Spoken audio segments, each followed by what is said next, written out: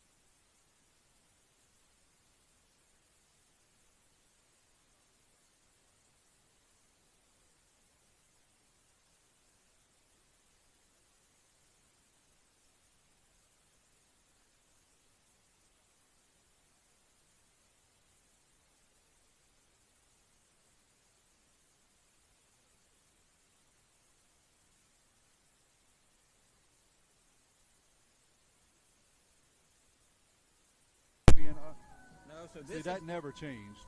so see. See this right here never changes. So this right here, this goes into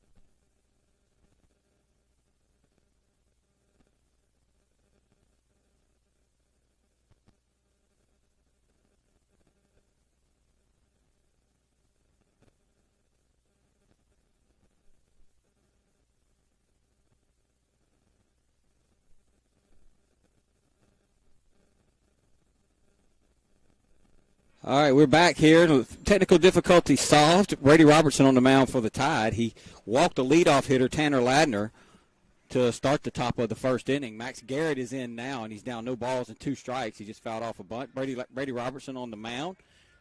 Landon Watts is the catcher for the Tide.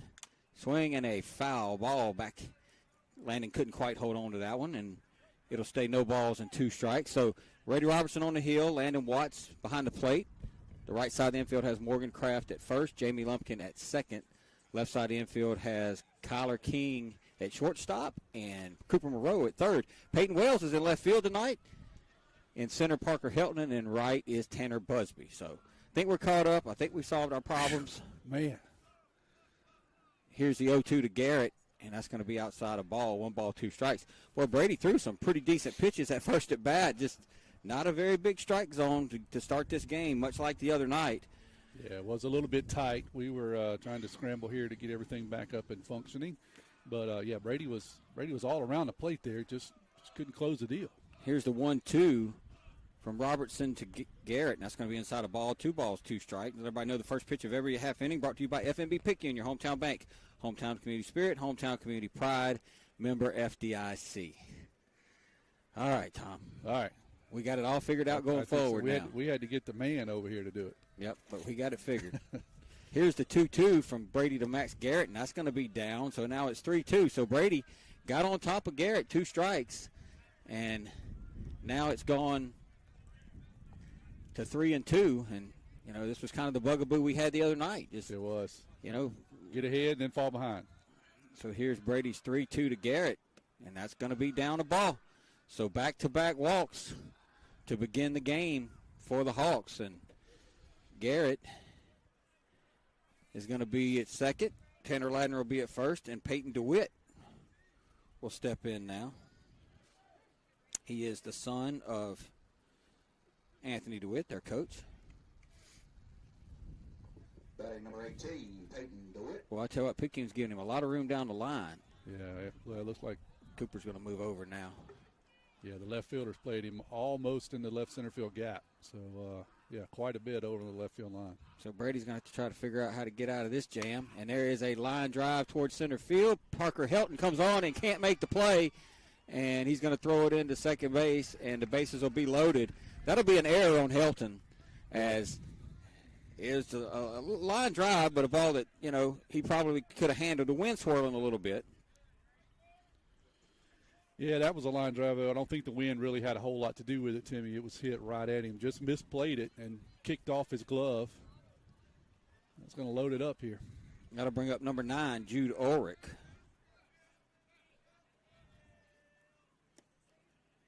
I'm sorry, Seth Ostheimer. My bad. I got the wrong guy. I was waiting on them to announce it, but number 9, Seth Ostheimer. I think he was the pitcher the other night, if I remember right. He takes a ball, and he takes another ball. So now it's 2 balls, no strikes. And that's going to draw Coach Witten headed to the mound. So draw a visit early here. The same thing that's played the Tide the last couple of seasons is plaguing them early here. You know, free passes and plays in the field. Yeah, and we didn't. I think we had some audio issues there to start the game, but we talked about that a bit during the shortened pregame there. Tim, that was really what hurt us most of the year last year. We seemed to get a little better late in the year as we made that playoff run, but early in the year we struggled with walking folks, and unfortunately seemed to kind of started off the same way this year with a lot of walks and a lot of errors. That's not the way to play outside of baseball. It's not the way to get good teams out. The other night, the Tide, 3 errors, 8 hit batsmen, 4 free passes allowed. And we start this game just like we did the last week's game. There's a foul back by Ostheimer, 2 balls and 1 strike. I need to mark these out as they come up. 1, 2, 3. There we go. Swing and a miss at a fastball. Did Brady a favor right there. Yeah, that was up a little bit, but he chased it. Even up the count at 2-2. 2 balls, 2 strikes. Here's the pitch to Ostheimer. Swing and a line drive base hit into left field. 1 run's going to score. Peyton's going to bobble a throw out there, so 2 runs are going to score off a single off the bat of Ostheimer. Peyton probably didn't have a play on that, but the ball was hit pretty hard, but Peyton didn't come up with it cleanly.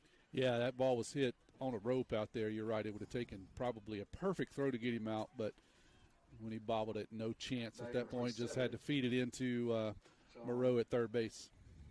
That'll bring up Hopgood now, Jeffrey Hopgood, and it's 2-0. So this game started just like the game did the other night,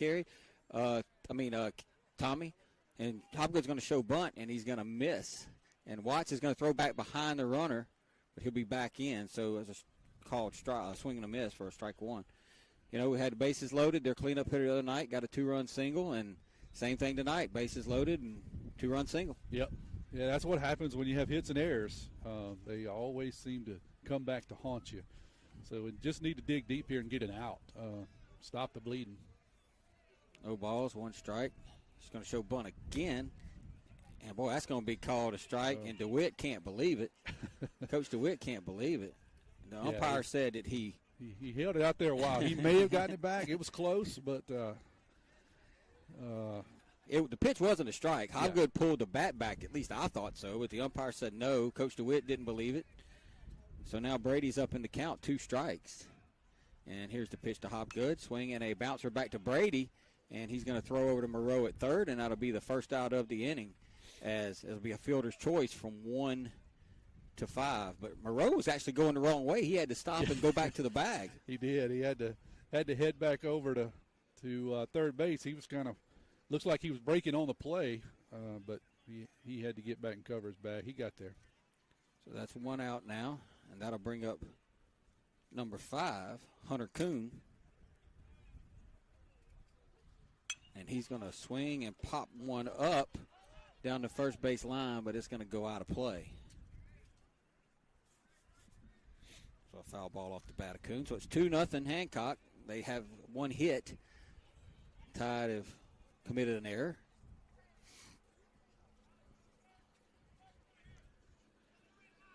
On this chilly Friday evening. Yes, it is. But I think the wind's died a little bit. Man, it would be nice if it would lay down a little bit more.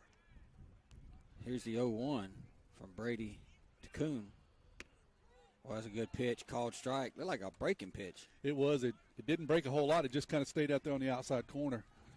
Yeah, that's a good backdoor breaking pitch on the right-hander. Trying to figure out how he called that a strike, and he didn't call strikes to the leadoff hitter. Yeah, he was squeezing us a little bit. He had to get warmed up too, I think. Here's the 0-2, and Brady's going to look back at Ostheimer and chase him back at second base. So it'll stay 0-2.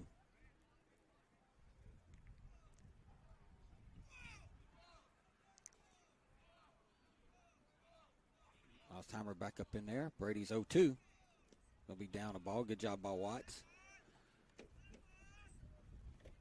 It'll be 1 ball and 2 strikes.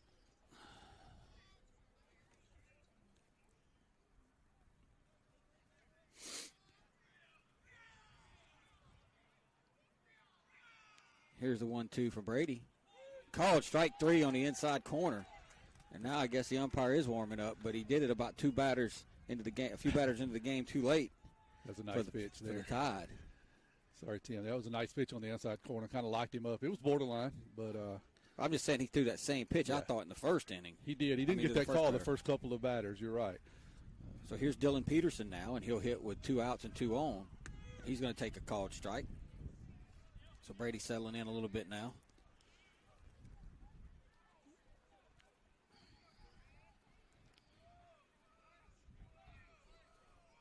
No balls, 1 strike. And the runner goes. Boy, I tell you, there's a called strike too, but Brady had him dead to rights. He took off. Brady had not made a move. If he'd have stepped off, he had him dead. Yeah, that's just a matter of getting patterned. So Brady was doing the exact same thing, coming set, 1 look, and then going back to the plate. And they timed that up perfectly. After the look, both runners broke. So here's the 0-2 now from Robertson to Peterson. So he's just 1 pitch away from getting out of this thing. Foul straight back. Well, the one thing that we did not want to happen has happened in the first inning. Brady's already at 28 pitches. Yeah, it is a lot of pitches here. He is. threw a lot. But looks like he's settling in. Don't want to knock on wood too early here. But looks like he's settling in a bit here later. Here is the 0-2 from Brady. Swing and a miss. And that'll do it for the first inning for Hancock. 2 runs on 1 hit. There was 1 error. They leave 2. We head to the bottom of the first inning. Hancock 2, Picayune nothing. Just some Maroon Tide baseball. Hancock 2.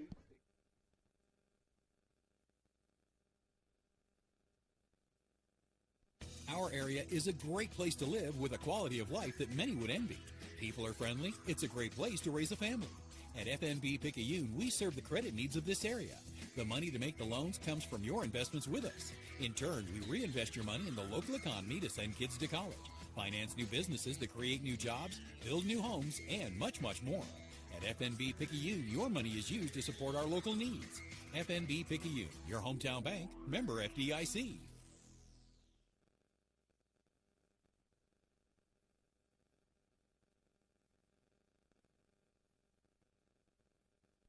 Get back in the game with Dodd Therapy Center. Jamison Dodd, a former college athlete, has the specialties, understanding, and experience to get your athlete back in the game, including indoor turf, Hyvamat, blood flow restriction, trigger point dry needling, and much more. Dr. Dodd and Dodd Therapy Center also specialize in treating Parkinson's disease and other neurological disorders. Give Dodd Therapy Center a call at 769-242-2636 or visit us at 405 Memorial Boulevard in Picayune and get back in the game.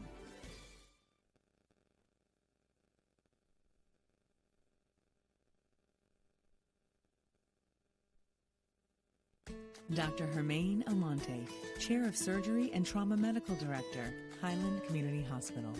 Over the last 10 years, the Highland Surgery Department have grown exponentially.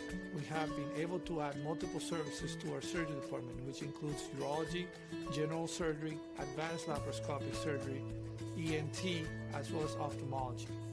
Highland Community Hospital, here when you need us most. For more information, go to highlandch.com.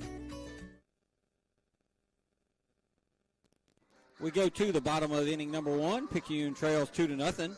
Cooper Monroe going to lead it off for the Tide. Leading off for Picayune, number 13, Jamie Lumpkin.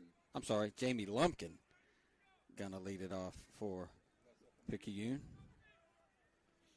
And he will be faced by number 21, Matthew Cuevas, and that ball's going to be down.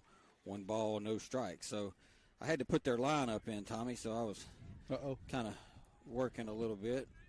All right, so Jamie Lumpkin going to lead off here to start the bottom of the first inning. 1 ball, no strikes. And that's going to be down a ball, 2 balls and no strikes. So Jamie's up on Matthew Cuevas, 2-0. Ought to get a pretty good pitch, you would think, to hit here if he's going to get one. Let's see. Looking for it. Jamie's ready. Here's the 2-0 to Jamie, and there's going to be a called strike. 2 balls and 1 strike. First pitch of every half inning brought to you by FNB Picayune, your hometown bank, where they're Picayune proud. Stop by the main branch and see Mr. David Himmeter. So they relay their signs directly into their pitcher, which is kind of different. Swing and a miss by Jamie, 2 balls and 2 strikes. So Jamie got up in the count 2-0, and now it's 2-2. Just not baseball weather, Tom. No, it's not one of them you want to hit one off the end of the bat, I can tell you that. Jamie going to hit one off the end of the bat, and that's going to get into center field for a base hit. So Jamie Lumpkin will hit a line drive single. He didn't get all of it, Tommy, but he got enough of it. Yeah, it wasn't a stinger, but it wasn't. It definitely wasn't. It didn't get barreled up, but Jamie will take that any day of the week. That'll bring up Cooper Moreau now, hitting second tonight.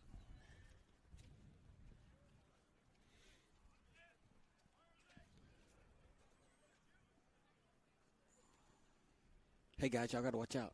Can't see.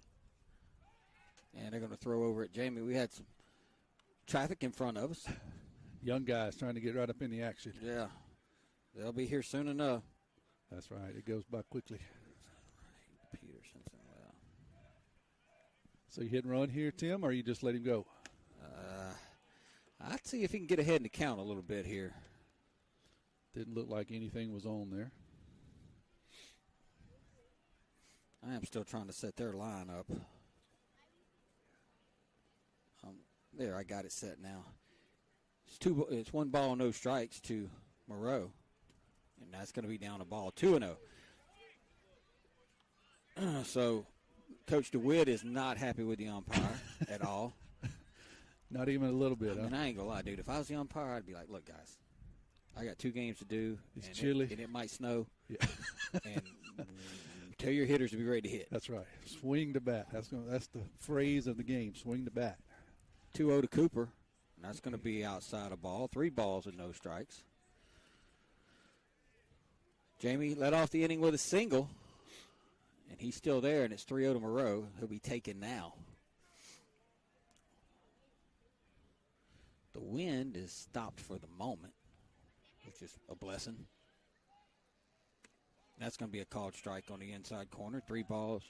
No, he called out a ball. Wow.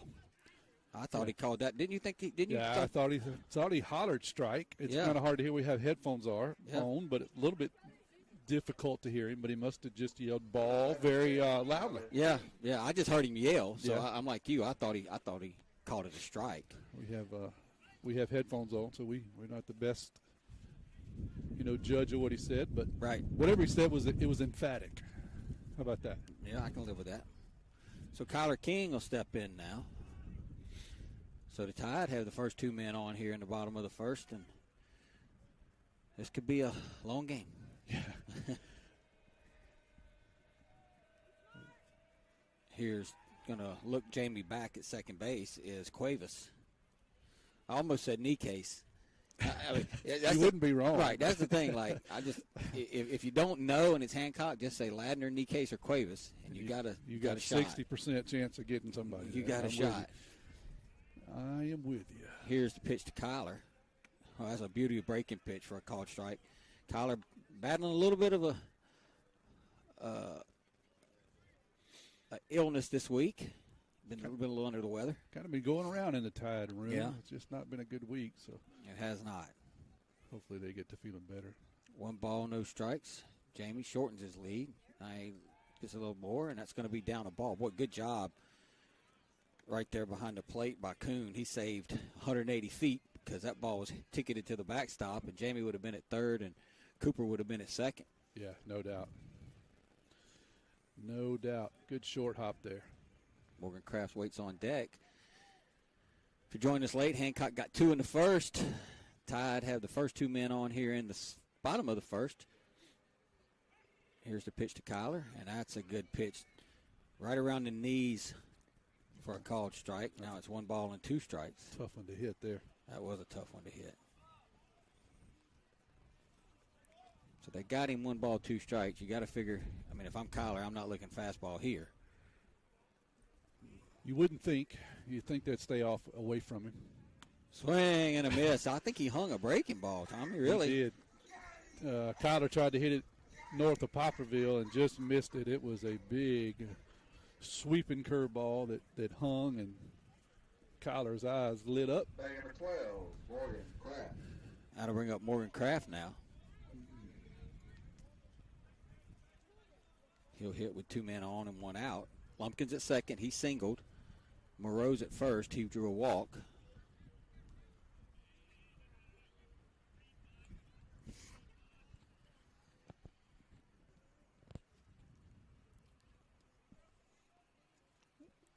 Trying to get something going here after starting out going down 2-0 in the top of the inning. They bluff Jamie back to second base.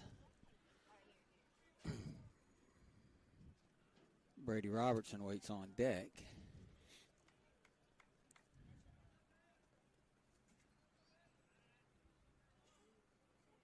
Here's the pitch to Kraft, and that's going to be down a ball, and that's going to get away from the catcher. Jamie's going to try to get to third base, and he will. Well, good read by Jamie right there. Breaking ball in the dirt. Jamie gets over to third, and Cooper's going to get to second on the wild pitch. Good job by the catcher. He did the best he could, Tom. Yeah, that was another 50-footer up there. But he did the best he could, short-hopped it, but still no chance to throw him out. So here's the 1-0 to Kraft. Swing and a foul. He's way out in front of that pitch. 1 ball, 1 strike. Just need to put it on the ground somewhere, Tommy. Put it up the middle, hit up the middle and play somewhere. And yeah, any kind of contact. Yeah. Any kind of contact, honestly, if it lets us back to the pitcher, we'll probably score a run. Morgan was way out in front of that, though. Here's the 1-1. That's going to be outside a ball. 2 balls and 1 strike.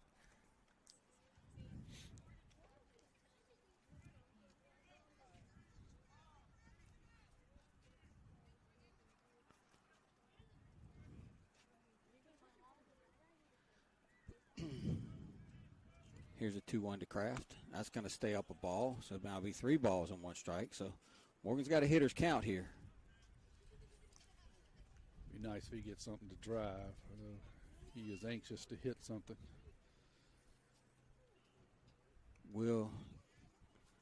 As are we to call it. Will Coach Esslinger challenging with a fastball here, 3-1. Here's the pitch.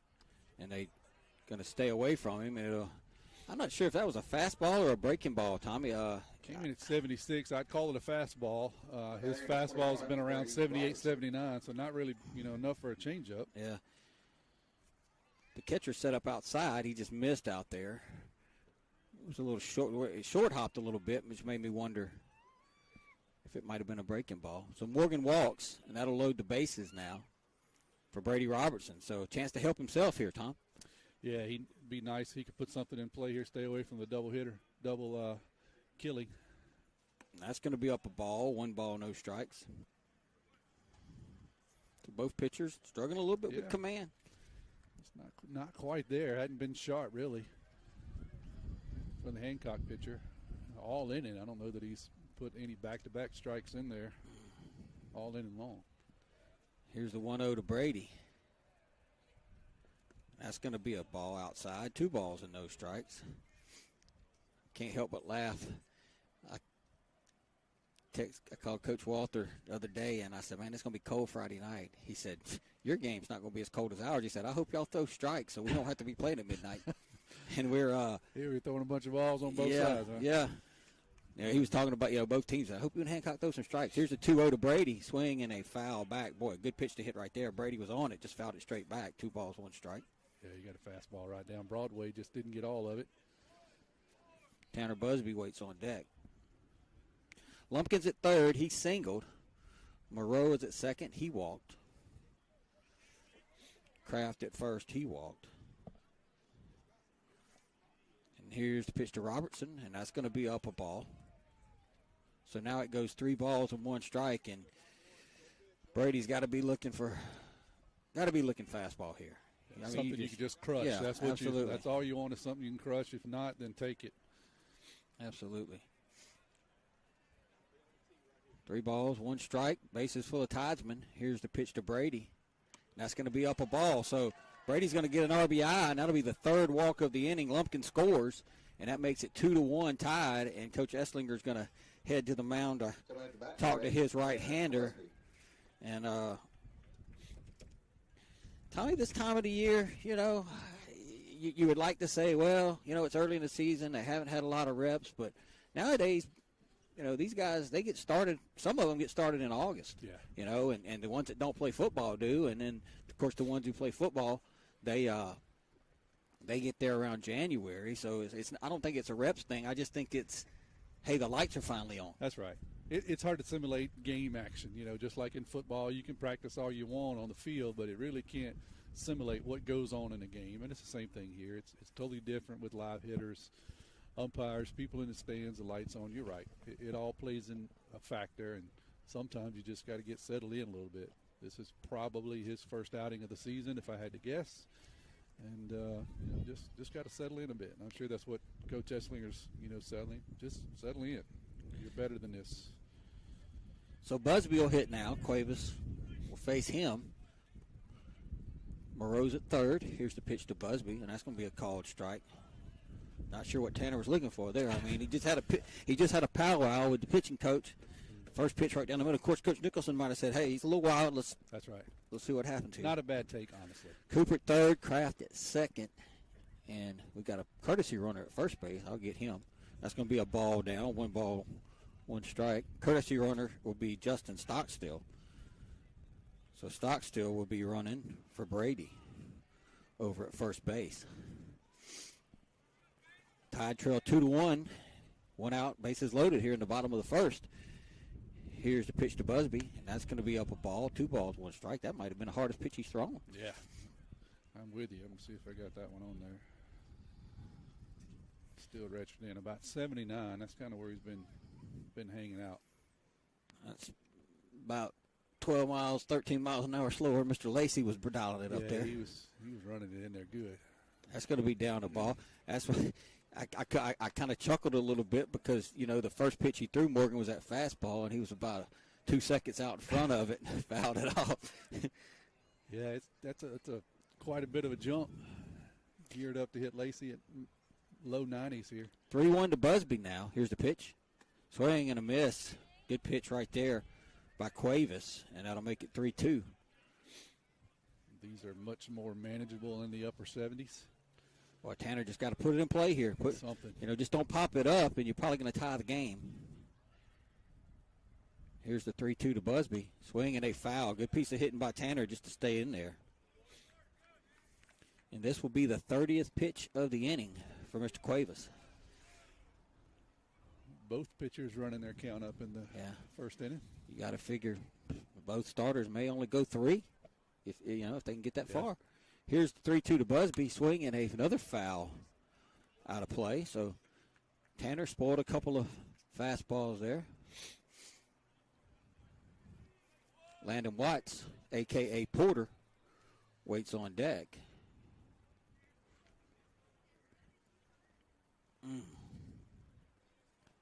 Here's the 3-2 to Busby. Swing and a line drive.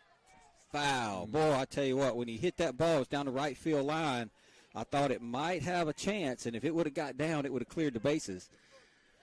Yes, that was going to be a burner down the line, but it falls about 3 or 4 foot foul.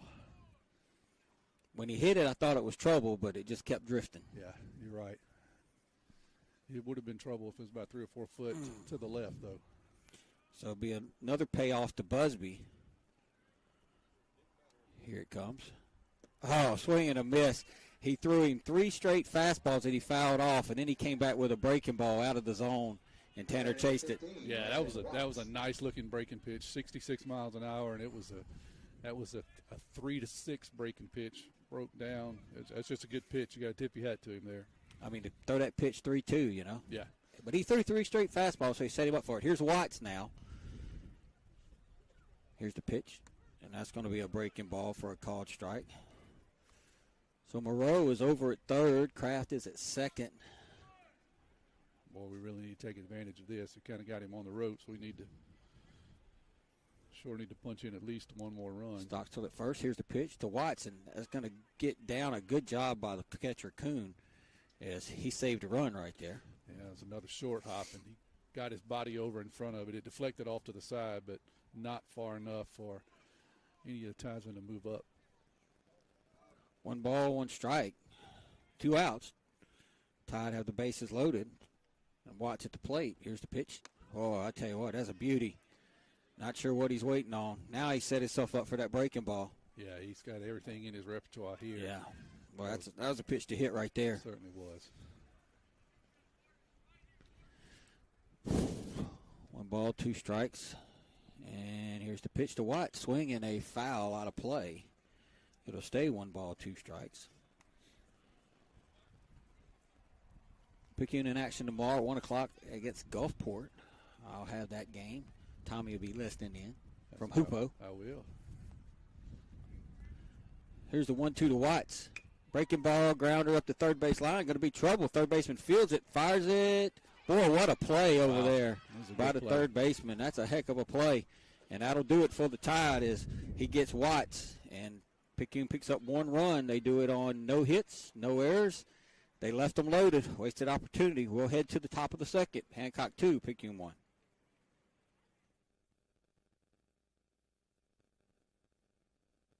Craving a breakfast toaster or French toast sticks? Make it a meal and step up your breakfast with tots and a cold beverage. Sonic Drive-In has the perfect portable breakfast, and it's the perfect way to start your day. And at Sonic Drive-In in Picayune, you can stop by anytime because breakfast is served all day. Sonic Drive-In of Picayune on Highway 11 just north of Highway 43 North. Start your day Sonic style with happy eating at its best. That's what you get at Sonic Drive-In of Picayune. Destination delicious. When your roommate borrows your car every day, it might be a blind spot. And if something bad happens to your expensive collection of anything, it could be a blind spot. Even having people over to jump around on your trampoline. Yep, it also might be a blind spot. Blind spots are all the surprising things that might need more coverage that you weren't aware of. Good thing Allstate agents can help you find those blind spots while watching out for your wallet. Agent Jason Pikett has offices in Poplarville and Picayune. The river is rising. Make sure you have the right coverage. Give the Pikett Agency a call today, 601-798-7005. Subject to terms, conditions, and availability. Tim Kraft, Tommy Upton back as we start the second inning. Picayune trails 2-1. When Watts tapped that ball down the third base line, Tommy, I thought for sure the Tide had tied the game, but give Ostheimer credit. Boy, he made a heck of a play. No, he did. He made the only play he could. He had to come up, get his body over in foul territory. The ball was fair, but he kind of got his body around the ball and made a strong throw over to first, and it was bang, bang. But, yeah, give him credit. It was a good pitch there to get Busby out, and then a good play by the third baseman on a tight ball down the line. Yeah. And they did what they had to do to get out of it. But we did scratch one out, so let's see if Brady can settle in here and have a little bit better inning this time. Yep, we will go to the top of the second. The first pitch of every half inning brought to you by FNB Picayune, your hometown bank, the place for all your banking needs. Susan Wilson and her staff are ready to service you at their North Picayune branch on Cooper Road. So I got that in before. Yeah, feels like a normal inning now. Yes, it does. So here's Brady's pitch to his counterpart, Cuevas, and that's going to be a ball, one ball, no strikes.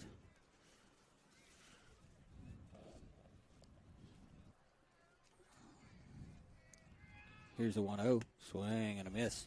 He wanted to, Tommy, then decided not to, with a strike anyway. Yeah, Brady set him up with a nice breaking pitch to start the at-bat and then kind of snuck a fastball in on the outside corner there. Brady's still working his way back. For those of you who do not know, it's going to be inside a ball, 2 balls, 1 strike. He tore his ligament in his thumb on the very first day of summer swinging a bat. He just made contact, hit a ground ball to second base, and the same injury that Drew Brees had. Really? On the thumb. He that. tore a ligament in his thumb. He was out all summer.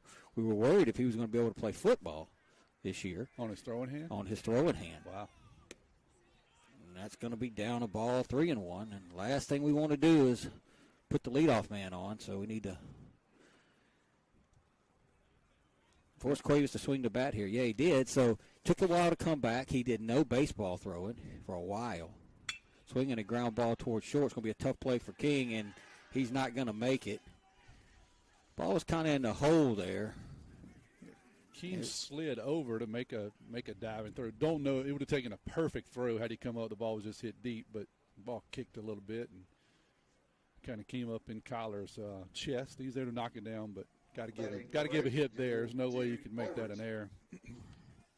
That'll be a single to shortstop, but I'd rather that than the base on balls. No, me too. Me too. And I have been a proponent a long time that Collar plays a little bit too close to second base, but sometimes it works out, sometimes it don't. He's getting where he can cover it, but you got to have a gun there basically to cover that one. Brady's going to throw over. They have a courtesy runner over there. Be number 6. I'll be able to get that because Hancock's roster is actually right. That'll be Mr. Shields. Throwing a little shade at past Christian. Landon Shields. And bunt's going to be foul. Well, and maybe I was looking in the wrong spot, but and their roster was right, but they had, for Game Changer, basically who they had as a certain number was not the number on the paper roster. They had you off on a couple of numbers. Yeah, they had a couple of numbers off. It was the kids for sure, but I don't know who they were. And that's okay if it's ours because I know who they are. Here's the 0-1, going to show bunt again, and they're going to throw back behind the runner, and he'll be back. 1 ball, 1 strike. One thing, Tommy, that we've got to do better at. And just one? Well, no, but one of the things. There you go, I'm with you. Leadoff batters and a hitter. Leadoff hitters in an inning. I went back the other night because I was wrong. Here's the pitch. Butt's going to be down, and Kraft's going to let it go foul and pick it up in foul territory. I don't know. I don't know if I was Morgan, if I'd have just picked that up and tried to tag him. But you basically give them the base there at that point. Yeah. You give them what they were trying to do. I get it. I sometimes though, and look, and it happened in front of our dugout, so they were obviously telling him to let it roll foul. But sometimes you just take the out. Right. But, yeah. you know, hey, if Brady gets him and the guy don't advance, then it was absolutely. Let's see if Brady and Morgan are on the same page here. Here's the 1-2 pitch. It'll be up a ball to Ulrich, 2 balls, 2 strikes. Anyway, in 6 innings of baseball Monday night, the leadoff man for Pass Christian was on 5 out of 6. And we're 2 for 2 tonight, so that's 7 out of 8. Yeah. Here's the pitch.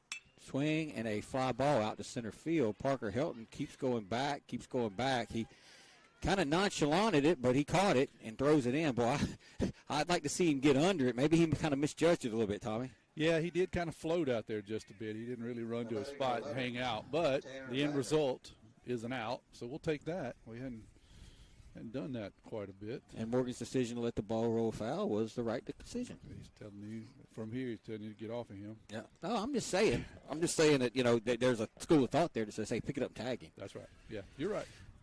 So we're back to the top with Ladner, and he started that debacle back in the first inning with a walk, and he's going to take a called strike. No balls, 1 strike. Yeah, I think that ball might have fooled Parker a little bit out there in center with the way that wind's whipping, but he was able to make the catch. That's the most important thing. That's right.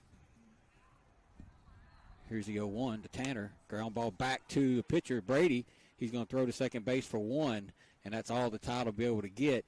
I think Brady might have thought there was 2 outs right there, because when he caught the ball, he was looking towards first, and it hit him. Oh, I got to throw to 2. Yeah, Landon was hollering at him. That's right. It wasn't in a big hurry, and then he kind of realized what was happening there. The bag number 7, Max Garrett. But sometimes that's not a bad thing, because if you're the pitcher, and that's a tough play for a pitcher, if you get that ball and you just spin and you're rushing, a lot of times that ball end up center field. That's right. So here's Max Garrett now with a runner at first and 2 outs. He's going to swing and miss. No balls, 1 strike.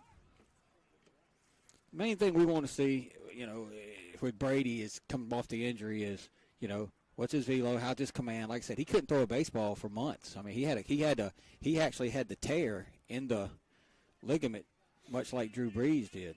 Runner's going to go. That's going to be a called strike, and it's going to be an easily stolen base. He stole that one off of Brady. Yeah, he did. Brady's kind of slow in his approach, and they're sizing him up. They stole a couple of bases last inning on him, and then that one was definitely on him. And that's just being predictable. You know, you can't do the same thing every time. You got to mix it up a bit. So I know Coach T will have a conversation with Brady here. The good news is we've got 2 strikes on Garrett, so it doesn't matter if we can get one more. 1 pitch away from getting out of this. Here it is. Swing and a line drive towards the right field. That's going to get over Busby's head, and it's going to go all the way to the wall. And Garrett's going to slide into second with the double. So that was just looked like a ball off the end of the bat that just kept carrying. It didn't sound very good when he hit it. So, yeah, I'm with you. I thought that was routine. And then Tanner had his head down trucking out there trying to catch up with it and never could. So that makes it 3-1 now. So that leadoff runner turns into another run. And now here's DeWitt. And he is a force to be reckoned with at the plate. He's going to take a ball, 1 ball, no strikes.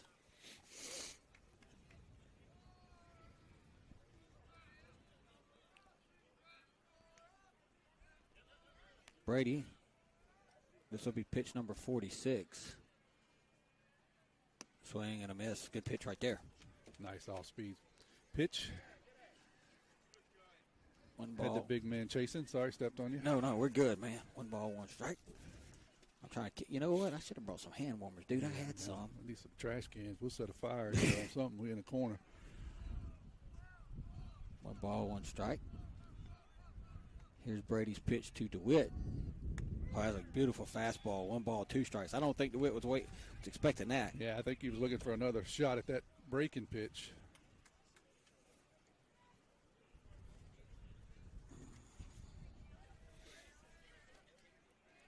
So 1 ball, 2 strikes now from Brady to Peyton DeWitt. Swing and a miss. Brady dialed it up and got him to get out of it. They give up 1 run on 2 hits. There were no errors. They'll leave 1. We head to the bottom of the 2nd inning. Hancock 3, Picayune 1. Just some Maroon Tide baseball.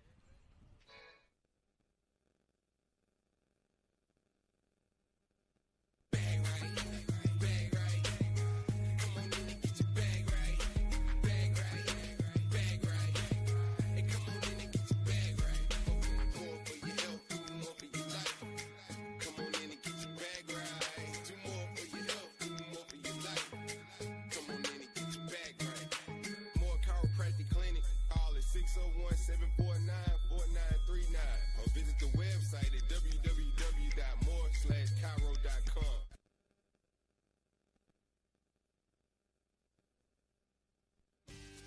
First Place Express Car Wash in Picayune would like to say a huge thank you to their loyal customers. First Place Express Car Wash is happy to serve their local community with 2 locations, Highway 11 North just past Coast Electric, and on Highway 43 South just a quarter-mile east of I-59 at Exit 4. First Place Express Car Wash is locally owned and operated. You know they'll treat you right. Choose from any one of their car washes. Sign up for their monthly wash club starting as low as $20.99. Why do it yourself when you can let First Place Express Car Wash do it for you?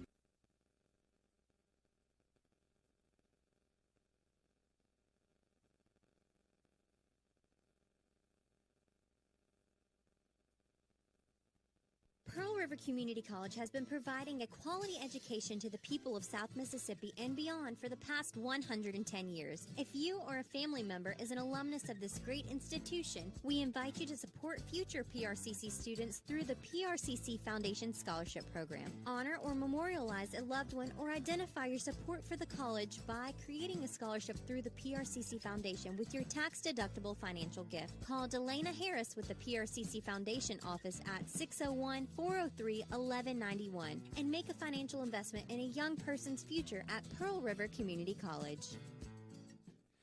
Peyton Wells takes a called first strike from Cuevas here in the second inning. And we want to let everybody know that there's a swing and a foul back right here by me and Tommy. That the first pitch of every half inning brought to you by FNB Picayune, your hometown bank, the place for all your banking needs. Susan Wilson and her staff are ready to service you at their North Picayune branch on Cooper Road. The reason I ran 3 commercials that last half inning, Tommy, was because I felt like Bruce Springsteen was standing right beside us. And Peyton Wells is going to swing and miss at a ball in the dirt, and Coon's going to come up and throw him out. So that'll be a strikeout for Cuevas.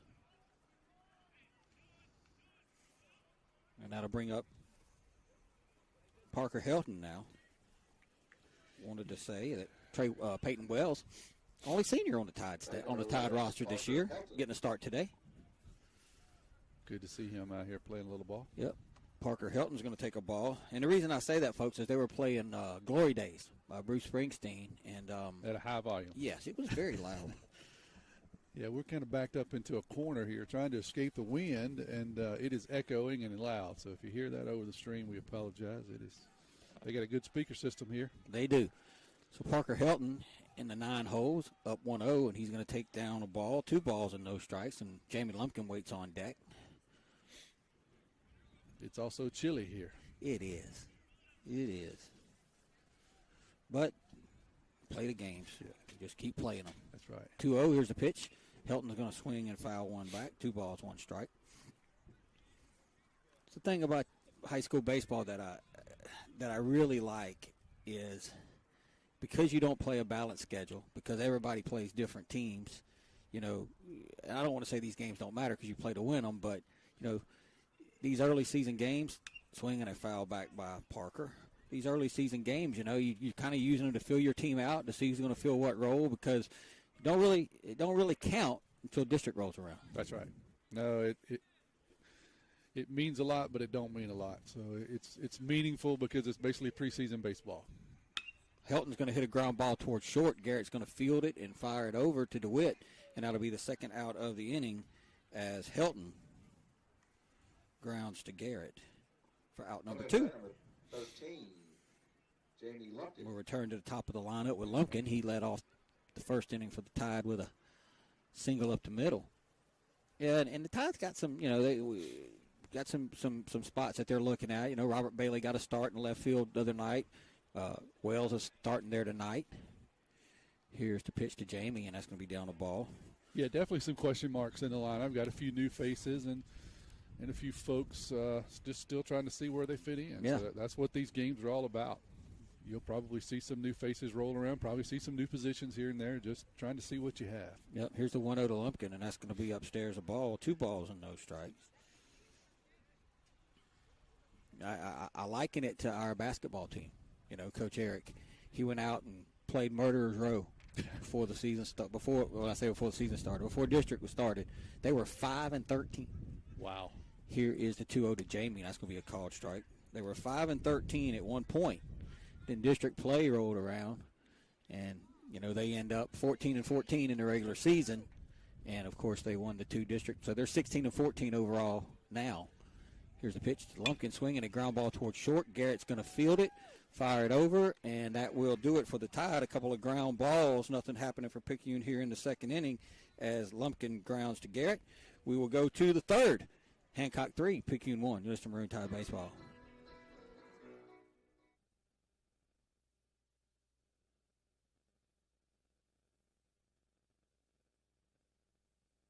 Physical therapy has evolved into specialized care for patients suffering from Parkinson's disease. Dr. Jameson Dodd with Dodd Therapy Center in Picayune is LSVT Big certified for treatment of Parkinson's disease.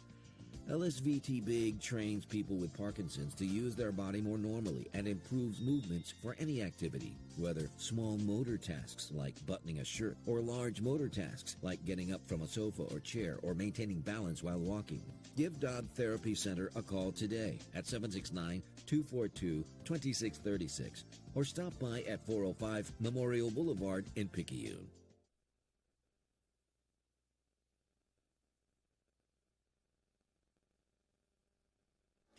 Tim Kraft, Tommy Upton back here. I just ran one commercial that time because I ran 3 the other time. So how about that? There you go. Made up for it. Actually, I ran it because I lost track of where I was and I couldn't find what I was supposed to play next. So I said, you know what? Rather than spend 15 seconds and try to find it and then play one for 30 and miss the first batter. Right.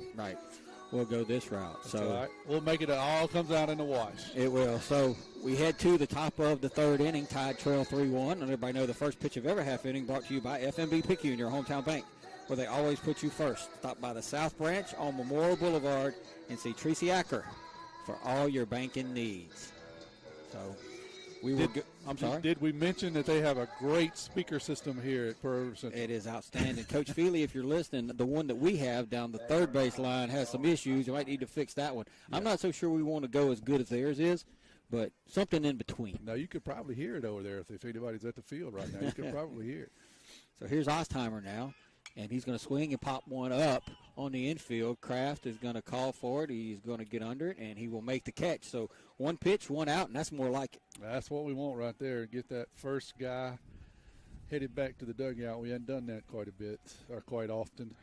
Well, I'm going to be honest with you. I was a little worried, about Brady simply because he hasn't thrown much because of the thumb injury, coming back from it, playing football. There was a lot going on there to get back to where he was, and he's getting better as this game goes on. That's right. Yeah, he's definitely settling in.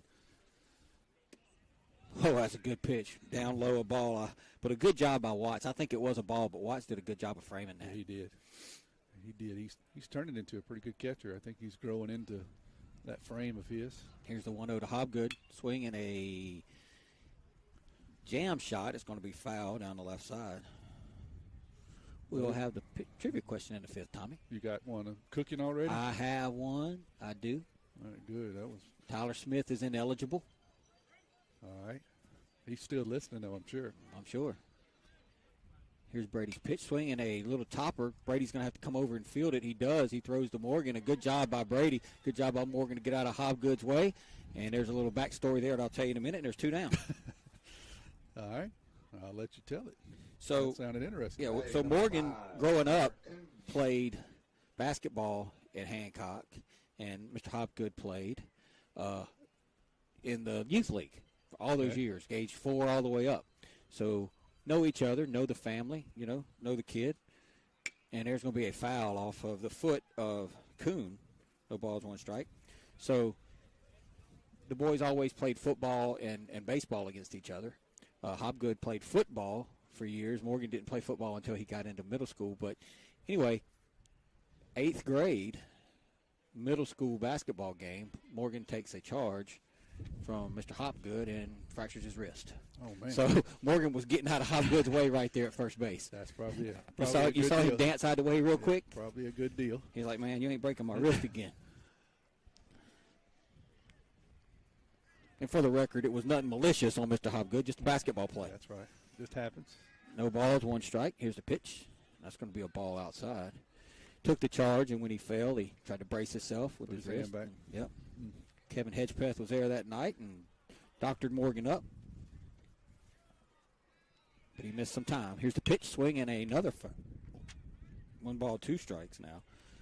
Really, get back to Brady. He's really looking good out there now. I mean, it took him a few batters to get settled in, but he's looking good. And if this is the Brady that we're going to get going forward, we're going to be in good shape. Yeah, he's been filling up the zone here last couple of innings.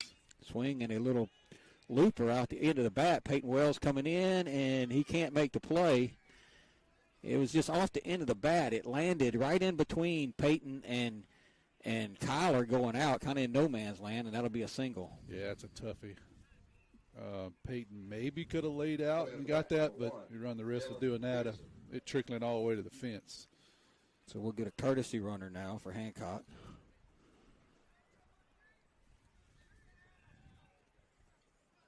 And I'm trying to see who it is. It is number 16. And that is none other than a knee case, Gavin Kneecase.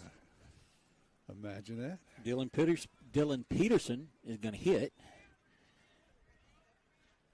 He's 0 for 1. Kneecase is going to run, and Brady throws over. Yeah, that's a tough play for Peyton. He was playing kind of deep, and Tyler was going out. He was coming in, and it just found some grass. Yeah, tough play. Good hit. C&I single. Yep. We'll call them there's a swing and a line drive. We'll call that a Willie Nelson. Just managed to find some grass. All right. I'll let that one be. Yeah, that's a Willie Nelson swing. That's what we're going to call it from now on. I'll let it be. 1 ball, 1 strike from Robertson to Peterson. If I could just quit shaking, I'd be all right. I tell you what, it is chilly. Here's the pitch. Oh, he got him chasing. 1 ball, 2 strikes. Nice pitch there. We play here in the top of the 3rd. Tide trail 3-1. Got to say hello to Tyler. He texted me a while ago, said he was listening. Hey, buddy. Here's the pitch. Swing and a miss, and that'll do it as Brady strikes out Peterson. No runs, 1 hit, no errors, 1 left. We will head to the bottom of the 3rd. Hancock 3, Picayune 1. You're listening to Maroon Tide Baseball. Hey friends, got an RV just sitting in your yard or in storage? Not camping that much anymore, but still paying insurance on it every month? Pawpaw's Campers in Picayune would be glad to purchase that unit from you. The process is easy. Just give them a call toll free. 800-728-2267. That's 800-728-CAMP. Pawpaws will share a couple of steps with you to get that purchase underway. Call today, get a check today.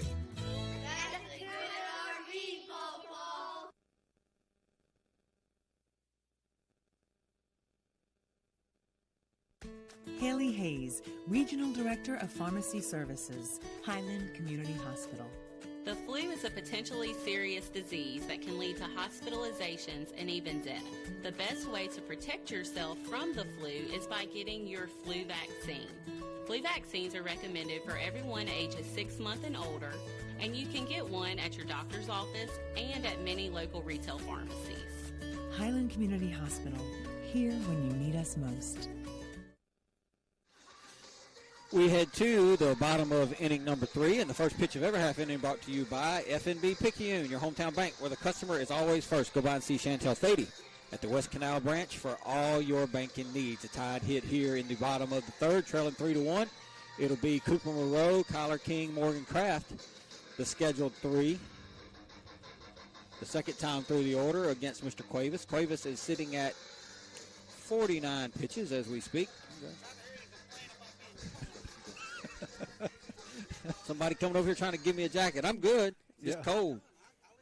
No, I don't need another jacket. I need a heater. He can't complain if he don't want to take the jacket right. That's what I'm talking about. Brother comes over here and tries to get him a jacket, and don't Tommy, want it. I don't know that I can put it on. To be honest with you. But you can put it on somewhere, This is why I'm glad my kids don't play soccer. Oh, my gracious. No doubt about Because that. during the soccer season, it is freezing. They play in this. They running up and down the field. Here's the pitch to Moreau, swinging a ground ball towards second. Hobgood's going to field it, throw over to DeWitt, and that will be one pitch, one out as Moreau grounds out to Hobgood. Yeah, it's a good pitch. Good piece of hitting there. Just couldn't quite get it off the end of the bat. So King will hit now. 0 for 1. I got this hoodie, and it keeps coming down too low. I got all kind of issues going on. King's going to hit a ground ball towards short, and Garrett's going to field it and throw it to DeWitt. What a play by DeWitt to dig it out of the dirt. Yeah, he did a good job there. That was a short hopper. Could have been trouble if we got Kyler on, but so now they've done Morgan no favors because now I guarantee you Coach Nicholson's going to come over and talk to him, and he's going to make him take a pitch, and it'll probably be right down the middle.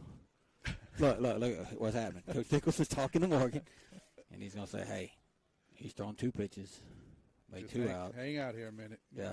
And then take this beautiful. And, of course, Hancock's knowing, hey, he's going to take this. They're so we're going to throw it right down the middle. Hopefully I'm wrong.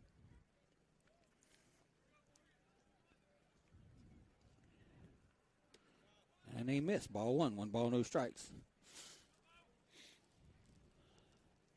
But, I mean, you got to make him work a little bit. Coach Nicholson did the right thing there. That's right. Kraft hits with nobody on and 2 out. Here's the pitch. And that ball's up. 2 balls, no strike. Thought he might call that. It was up, but I thought he might call that. I think Nick Cuevas ain't happy about it. Here's the 2-0 to Morgan. And that's a called strike. 2 balls, 1 strike.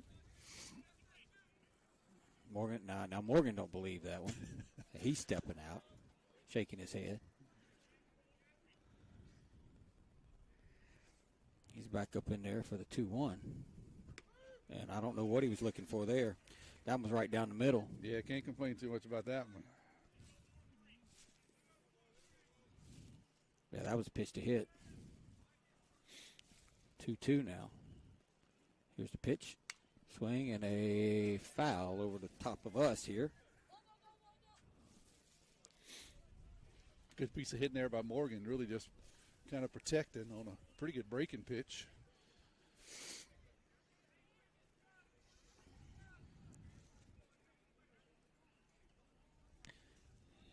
Here's a pitch. That's going to be down a ball.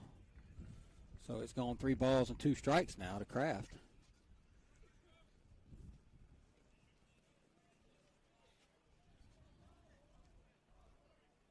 Brady Robertson waits on deck. Cuevas is off the rubber. Now he's back up there. Here's the pitch to Kraft. Swinging a ground ball towards shortstop. Going to be a tough play, and that's going to be not made as he went back into the hole on the backhand there and could just popped out of his glove. That'll be an E6. Yeah, I was looking to see what they flashed. They flashed the E. Yep. And I do want to give a scoring error the other night. That'll be an error on Garrett, allows Kraft to reach. Brady will step in. So the other night I had credited an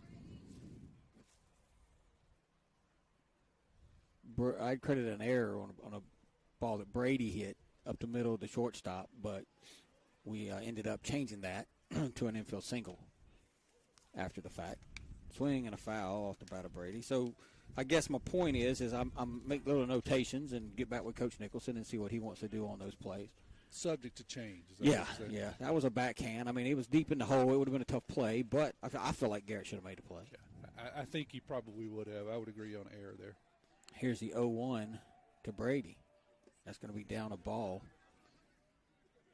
1 ball, 1 strike.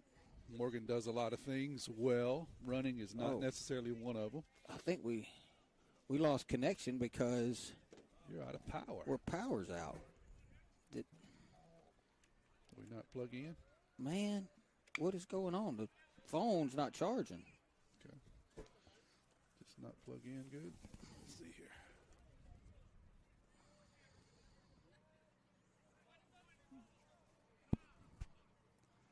It's plugging in, but it's not It's not like a fast charger. Here, let me give you a fast charger.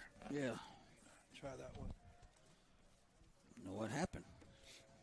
Careful what you say because we are still streaming. Brady fouls it. I got to get the score going again, too. Yeah. Is it charging? Or is the charger It's not going to take a second for it to charge back up.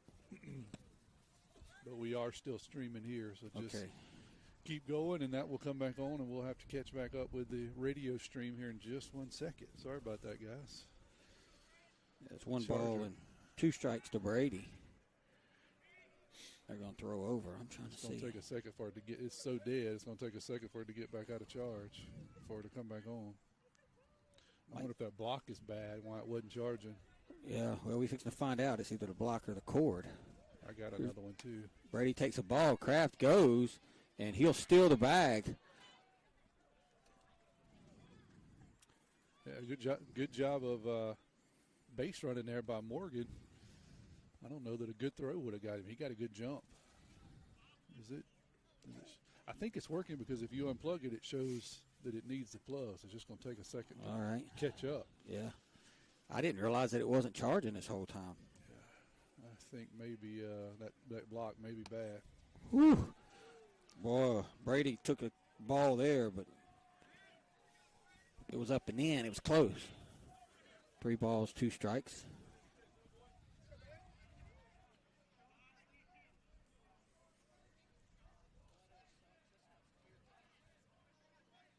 I'm wondering if it's that cord.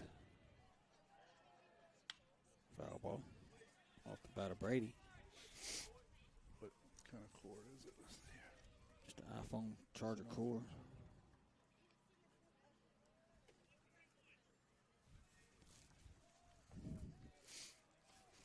But maybe it's not. Maybe that block was bad. I don't know. I mean, that's the first time we've ever had the problem. Another foul ball off the bat of Brady. Brady's hanging in there, man. Yeah, he's battling. Let's see if I got another cord here.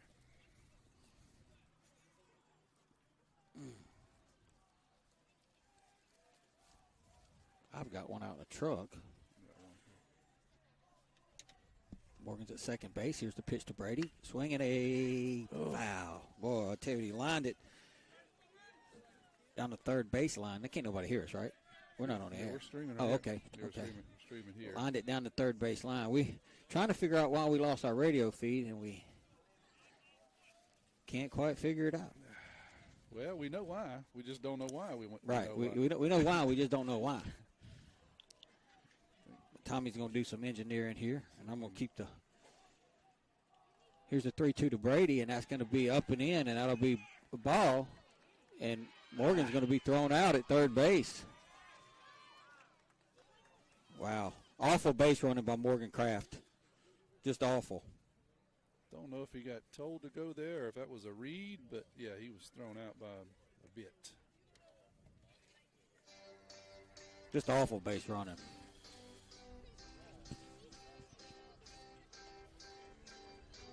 Stupid. Ooh.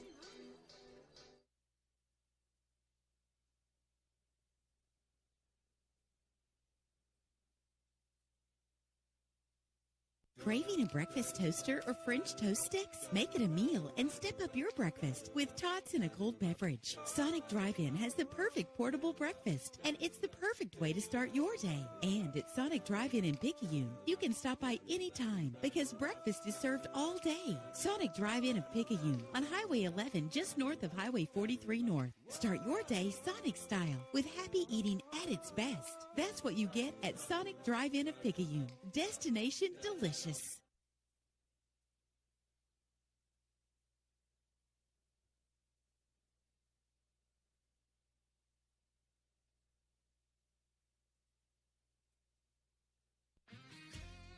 When it comes to protecting what you love, you want an insurance agent that cares more about your world, more about what you need. And that's exactly what you'll get with Picayune Allstate agent Jason Pyatt, an agent who doesn't just know what it's like to live in Picayune, but one who wants to protect life here as much as you do. Contact him for your free quote today. Allstate, you're in good hands. Allstate and affiliates offer products and services subject to availability, terms, and conditions. Allstate Property and Casualty Insurance Company. We'll go to the top of the fourth. Brady Robertson back out there. The Tide trail 3-1. Tide ran themselves out of that inning with some of the worst base running you ever see by Morgan Kraft. That'll bring Matthew Cuevas to the plate.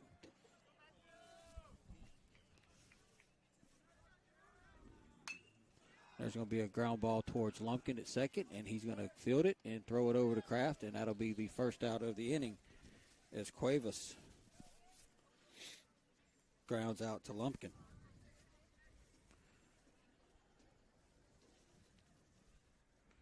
We got all kind of problems going this week. Yeah, it's just been one of them deals. I thought we had it all fixed, and now a simple problem of a phone going dead. That should be fixable, but it doesn't seem to want to charge up. No gas in it at all. Yeah, there's going to be a ball to Ulrich. 1 ball, no strikes.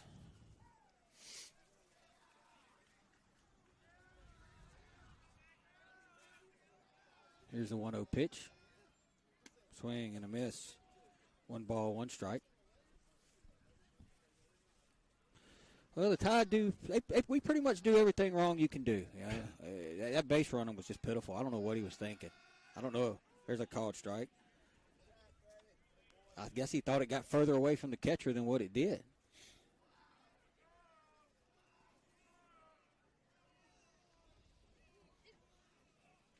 One, 2 now from Brady to Ulrich. Swing and a miss, and that'll be the second out of the inning as Robertson strikes out Ulrich. There's 2 down. Now batting number 11, Tanner Ladner. Back to the top now with Ladner. He's 0 for 1. Working with Tyler to see if we can get something else going on audio here, see if we can grab it from another place. The phone's just dead. Yeah, and it won't come back on. Swing and a foul. I can try cutting it off. No, I don't think it's anything that you're doing. I mean, the phone won't come on, right? The actual phone won't power on. Yeah, and it was, and that happened to my old cell phone. My old cell phone just wouldn't take a charge. Yeah, our phone died. Yeah, we don't know. Here's the 0-1. Swing and a ground ball towards short. Kyler's going to come up, field it, and throw it over to Morgan, and that'll do it as Brady has a very easy 4th inning. 1, 2, 3, and we will head to the bottom of the 4th. I had to figure out if we were home or away. Head to bottom of the 4th. Tide trail 3-1.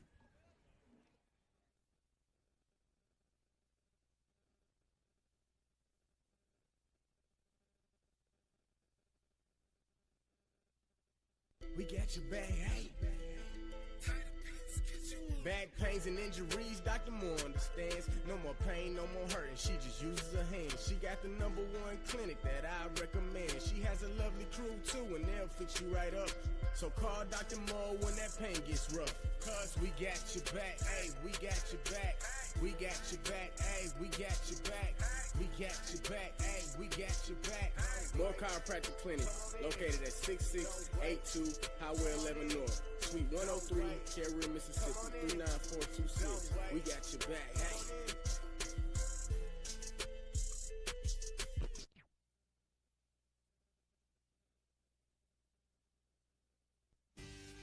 First Place Express Car Wash in Picayune would like to say a huge thank you to their loyal customers. First Place Express Car Wash is happy to serve their local community with 2 locations, Highway 11 North just past Coast Electric, and on Highway 43 South just a quarter mile east of I-59 at Exit 4.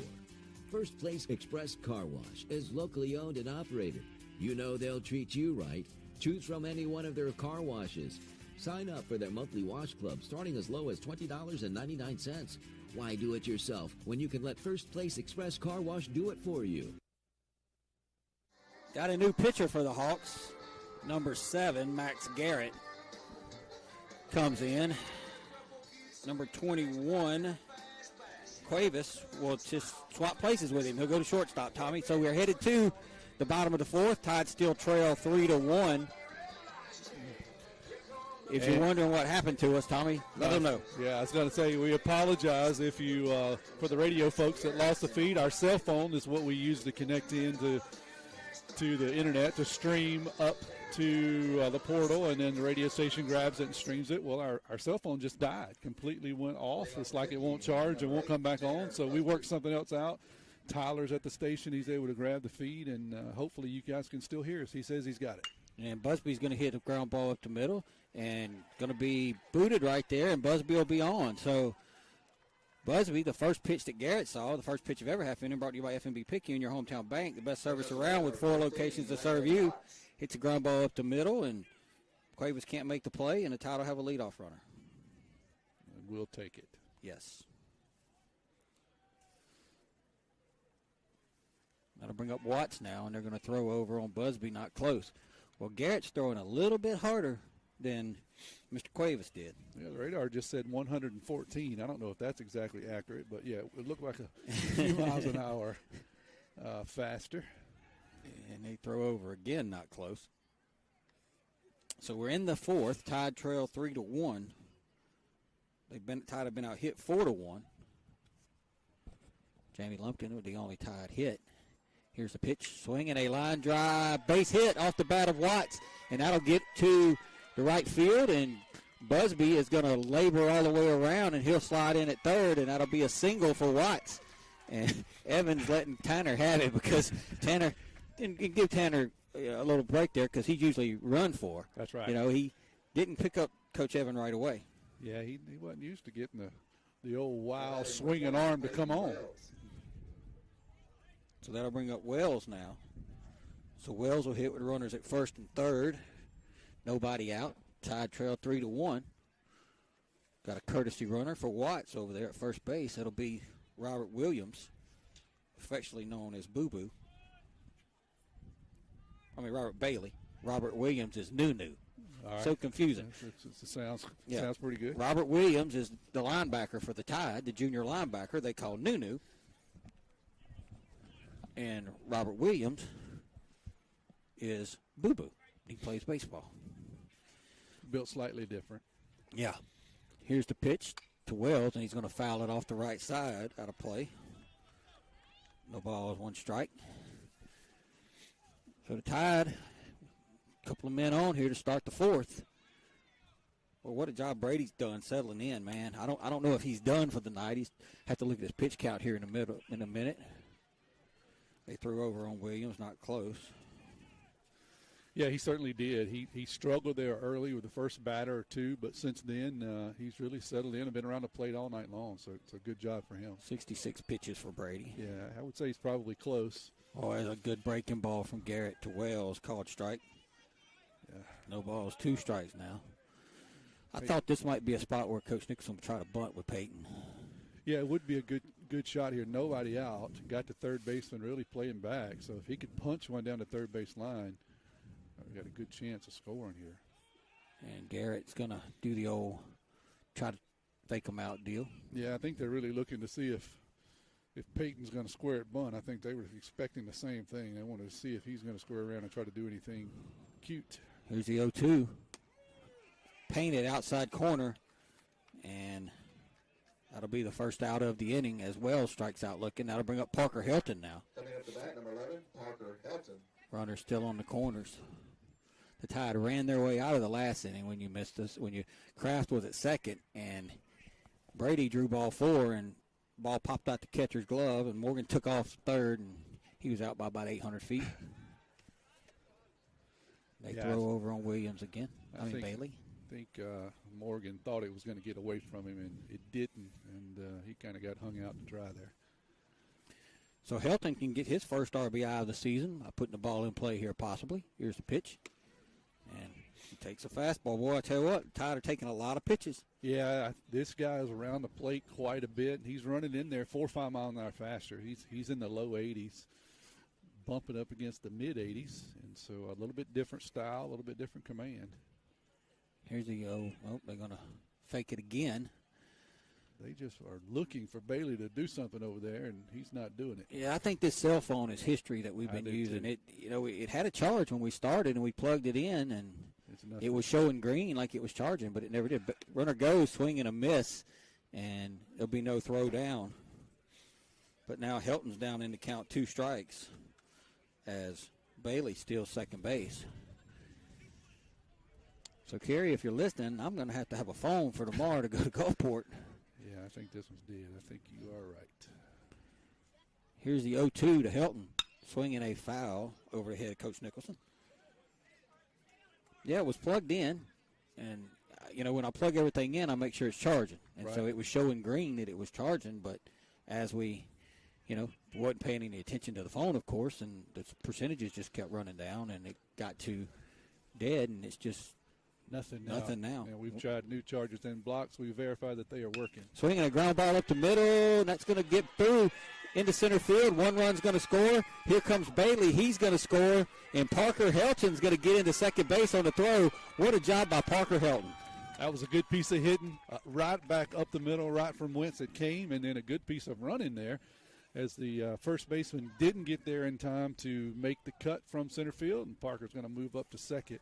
So we get a single and then a moving up on the throat. And that'll tie the game at 3 as Helton gets a 2 RBI single. Good job by Bailey to come around and score, and a good heads-up base running by Parker, like you said. He was able to get the extra 90 feet on the throw. And now we're back up at the top with Jamie Lumpkin. And we are tied now at 3 as we play in the bottom of the 4th. Hey, Tyler, let me know. Text me and make sure the audio's still good. Everything's feeding well. Here's a pitch to Lumpkin, and that's going to be upstairs a ball. 1 ball, no strikes. So Parker Helton, his first varsity RBIs, to come in a big spot. Yeah, that was a nice, like I said, nice piece of hitting and running by the youngster. Here's the 1-0 to Lumpkin, and that's going to be up a ball. 2 balls, no strikes. Tyler says we're good, so maybe we've averted the technical issue so far.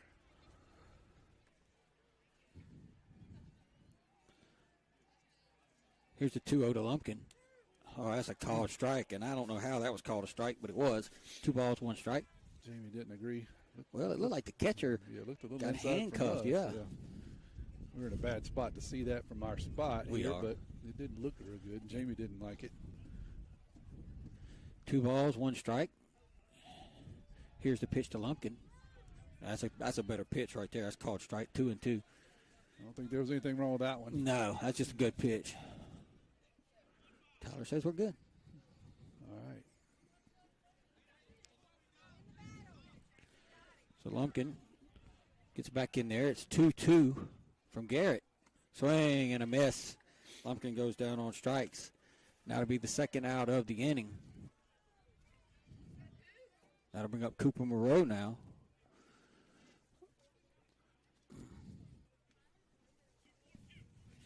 Tide have battled back. They trailed 2-0. Cut it to 2-1. Hancock took a 3-1 lead, and if he can come back now to tie it at 3. And now Cooper Moreau's going to step in. Helton goes for third, and they're going to throw him out. Wow. Boy, you don't make the first or third out at third base. The Tide have done it 2 innings in a row. Cardinals send a baseball, Tommy. It is. But we do tie the baseball game at 3. You're listening to Maroon Tide Baseball.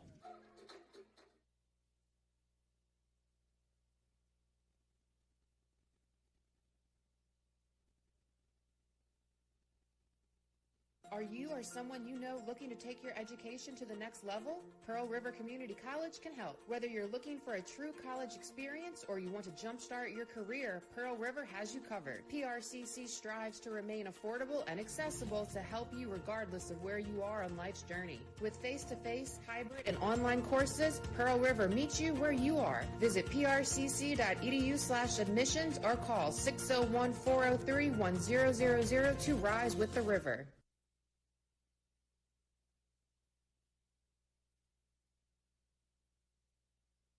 Our area is a great place to live with a quality of life that many would envy. People are friendly. It's a great place to raise a family. At FNB Picayune, we serve the credit needs of this area. The money to make the loans comes from your investments with us. In turn, we reinvest your money in the local economy to send kids to college, finance new businesses to create new jobs, build new homes, and much, much more. At FNB Picayune, your money is used to support our local needs. FNB Picayune, your hometown bank, member FDIC. We head to the 5th. Tide and Hancock tied up at 3, and I don't know if Helton went on his own again that time or what, but for the last 2 innings in a row, Picayune have run themselves out of the inning by, doing something that you're not supposed to do in baseball. That's right. Yeah. Yeah, and I can see, I have a little bit more tolerance for Morgan. That ball was in the dirt, and I think he read it in the dirt and tried to get there and catch him, made a good play and threw him out. That one, I'm not really sure why Parker was going there. It was kind of the same deal. It wasn't close. Brady's back out there against Max Garrett. He's going to swing and miss. And the first pitch of every half inning brought to you by FNB Picayune, your hometown bank. Come by the main branch and see Sheila Cooper or Linda Penton. Hometown community spirit, hometown community pride. We're in the 5th inning, and that means Paul's Pastry Trivia time. Gary. Can't wait. Here is the 0-1 pitch. It's going to be down a ball. 1 ball, 1 strike.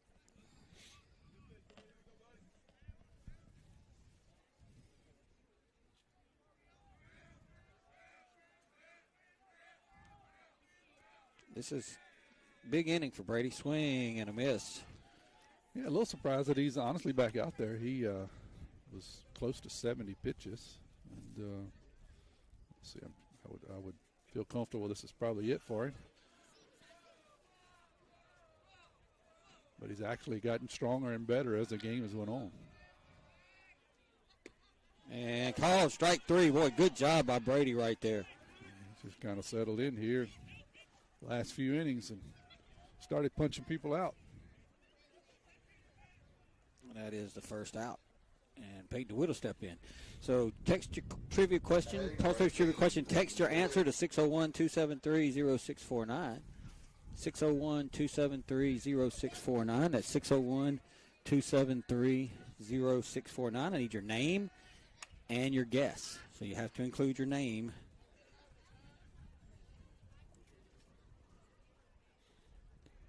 when you make your guess, Tom. All right, I'm ready. Yeah, Setting on R. Here is the 0-1. Swing and a miss. So in this player's 10th career at bat, he got a base hit to raise his average to 300. His career average never dipped below 300 after that. Who am I talking about? I got a pretty good idea. 601-273-0649. 601-273-0649. Here's Brady's 0-2 inside a ball. Pretty good idea. In this hitter's 10th, in this player's 10th career at bat, he got a base hit to raise his career average to 300, and for the rest of his playing career, it never dipped below 300. Who are we talking about? 1 ball, 2 strikes. Brady to DeWitt. Swing and a foul. Boy, I tell you what, Brady's looked good tonight. Like them first couple batters, once he kind of got that out of the way, he has been impressive. Yeah, he's been all around the plate, throwing good pitches, had pretty good command of both fastball and a breaking pitch. What do you think about this defense the Tide's playing right here? They've got Kyler basically directly behind second base. This is the old shift. Yeah. But man, I tell you what, if he swats one down the left field line, he can run for a while. He can run to my house. And hope he turns the heater on when he gets there. Here's a 1-2. Swing and a miss. And that'll be the second out of the inning as Robertson is dealing right now. He certainly is. And that is a great sign for the Tide. Up to bat number 9, Sean Osteimer. And the only reason that I say that is, we go back to the injury that a lot of people didn't even know about. I didn't realize he did that either. We went to a team camp. It was a whole team camp. We went to East Central Community College, and we stayed there for 2 nights, and we scrimmaged against some other teams. Swing and a pop-up off the bat of Ostheimer. Jamie Lumpkin makes the play, and that'll do it for Hancock here in the 5th. No runs, no hits, no errors, none left. We're headed to the bottom of 5. We're tied at 3.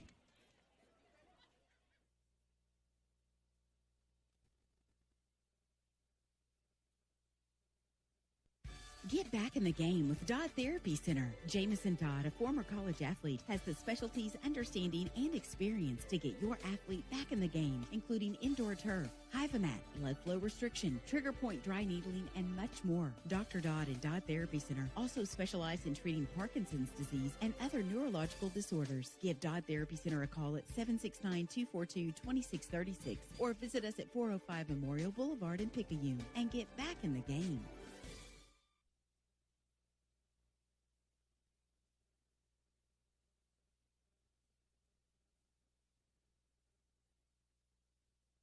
Hey neighbors, we're not that far from where you are. Make that short drive to Paw Paw's Campers in Picayune and see our Wildwood, Catalina, Sportsman, and Zinger trailer lines and our Rockwood and Heritage Glen fifth wheel lines. From Houma to Hammond, Biloxi to Jackson, and Mobile and Pensacola, we're not that far from where you are. Come and see us. You're gonna love the way we deal. Paw Paw's Campers City and Picayune. You're gonna love the way we deal.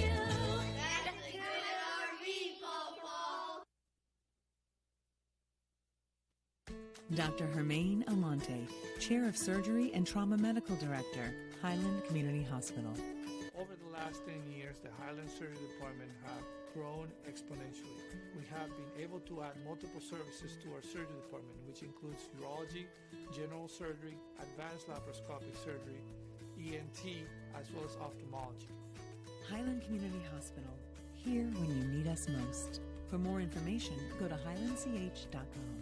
Tim Kraft, Tommy Upton, and John Fogarty back here at Pearl River Central High School. Tied in Hancock, tied 3-3 as we tied back in the bottom of the fifth. First pitch of every half inning brought to you by FNB Picayune, your hometown bank. Come by the main bank, see one of our friendly lawn officers, Keith Robinson, Stuart Huey.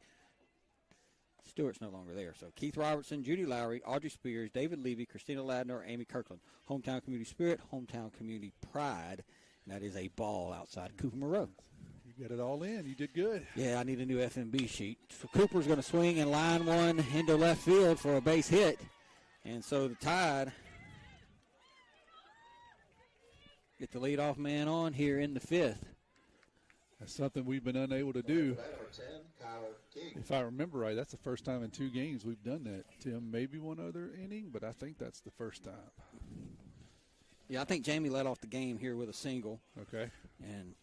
But not many, you're right. And there's going to be a back in. Cooper's going to be back in. They threw over on him. So Kyler King now, he is 0 for 2. He bats with a runner on and nobody out. Here's the pitch. And he's going to take a called strike. They have pitched Kyler tough tonight. They have 2 games. He's scuffled a little bit, so I know he's anxious to get cranked up here. They're going to throw over again on Coop. So I'm looking at Brady again. He is up to 76 pitches, only 10 pitches that last inning. He was up over 30 pitches in the first inning, and he has really settled in. He certainly has. No balls, 1 strike. Here's the pitch to Kyler, and another called strike on the outside corner. No balls, 2 strikes. Kyler's like, man, you people just give me something straight here. All these crooked pitches you're throwing me.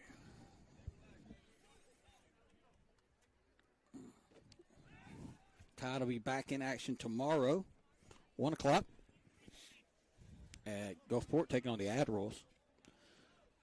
And then they will go to be at home on Tuesday night against George County. Here's the 0-2 to Kyler. Swing and a ground ball base hit. That's going to get into right field. Cooper Moreau is going to go all the way to third base. Throw will go into second.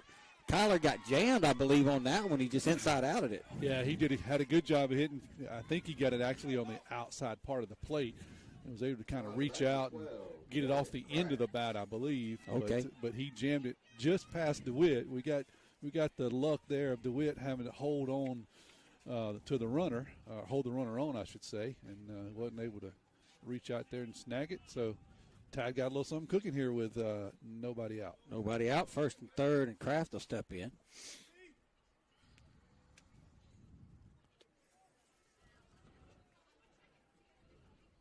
Ground ball into the hole. That's going to get into left field. That's going to be a base hit, and Moreau's going to score. And Picayune takes the lead on the RBI single off the bat of Kraft. He hit that one off the end of the bat, too. Well, whatever it takes. We'll just use the end part of the bat here for a while if we need to. That'll be the first RBI of the season for Morgan, and it puts the Tide in front for the first time tonight by the score of 4-3. And Brady Robertson will step in now. And I love Brady's bat, Kevin, but with the lead now, I do believe this calls for the old bunt with first and second. I think Kevin would agree, and so would I. That I gotta quit saying Kevin. Butting is the right thing here to do. I don't think it's an unpopular opinion at all. I wish we could sit across from each other you could see, so I could see you. I'd never call you Kevin, but then one of us couldn't see the game. Yeah, I'm not nearly as talented as Kevin, but I'm a lot better looking. Oh, that's a fact. Got to give me some credit here. I agree, though. Man, if he could get one down the first base line, DeWitt, now it's going to charge, but I still think he could get one down. And that's going to bounce up off the plate, and for the second game in a row, something I've never seen before, the ball hits the plate and goes completely over the backstop. It went over the press box. Yeah, that plate must be pretty solid because you're right. If it hits it square on it, it's a moonshot. I was talking to some people Tuesday, and I told them I'd never seen that. And they all said, me neither. Every person I asked said, I've never seen that before. And now these we've are seen not it short nets. I mean, no. They're, what, 25 foot tall maybe? So it's not a short net. It might be higher than that. So now the Tide have second and third, so now the bunt's off the table. Brady just looking to put it in play. Here's the pitch. Swinging a line drive. That's headed to the gap. And 2 runs are going to score on that as King comes in. Kraft comes in behind him, and Brady Robertson with a single. Man, he gives Picayune a 6-3 lead. He's trying to lock up that player of the game right here. Yeah, he is. Yeah, he is. Well, you know what it'll do, though? It'll get us out of here quicker because we won't have to think about it. There you go. So Brady is at first. Are they going to run for him is the question. I'm assuming that they will. And they do. Who is that? I have no idea. 1? Looks like 17. 17? Yeah, looks like 17. The courtesy runner will be number 17, Braden Pomez. Okay, wasn't sure who was coming out of the dugout, but it's Braden Pomez. So the Tide leads 6-3 now, and they throw over on Pomez, not close. And DeWitt has the hardest slap I remember hearing from last year of any first baseman you'll ever see. He applies the tag with force. I remember last year him and Morgan was kind of going back and forth. Every time Morgan would slide in, he'd pop him. Yeah, he don't swinging a foul. He does it to everybody. Yeah, and the reason that they were laughing about it is those two were former teammates, so good buddies. Yeah, he applies it with force. And he almost knocked the poor kid out here, diving back in the first. He's trying to get warmed up coming in off the cold dugout. So Pomez is running. Here's the pitch to Busby. Swing and a miss. No balls, 2 strikes. Still nobody out. The Tide have 3 runs in here in the 5th inning and lead it by the score of 6-3.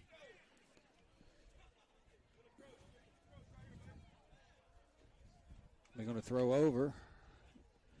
Pomez is back. Pomez, one of a Tide freshman, getting his first bit of varsity action. His mama's probably nervous.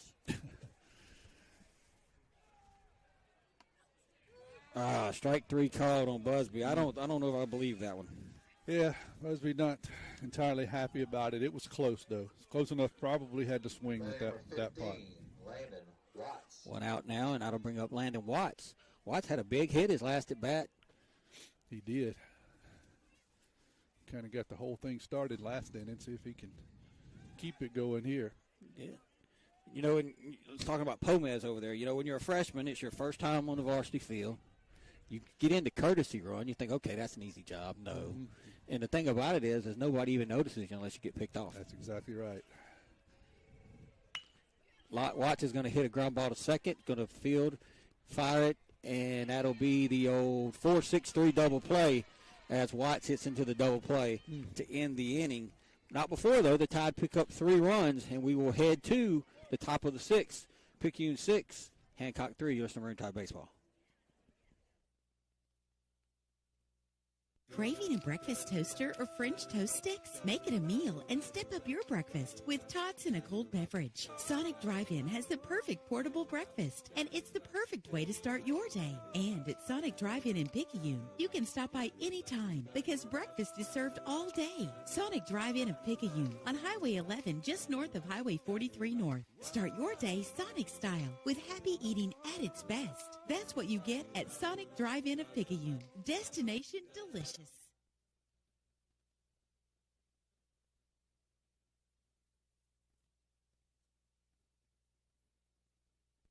Welcome to a place where everyone deserves to be better protected, where technology has your back, where you can have better protection and keep more money in your pocket, where you can have protection for your car, your home, your phone, and even your digital identity.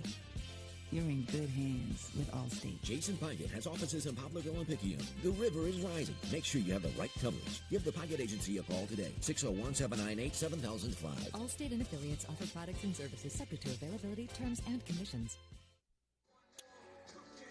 We head to the top of the 6th inning, I believe it is. Yep, top of the 6th. Picayune on top 6-3. Brady's back out there. I'm a little surprised. Only with 76 pitches.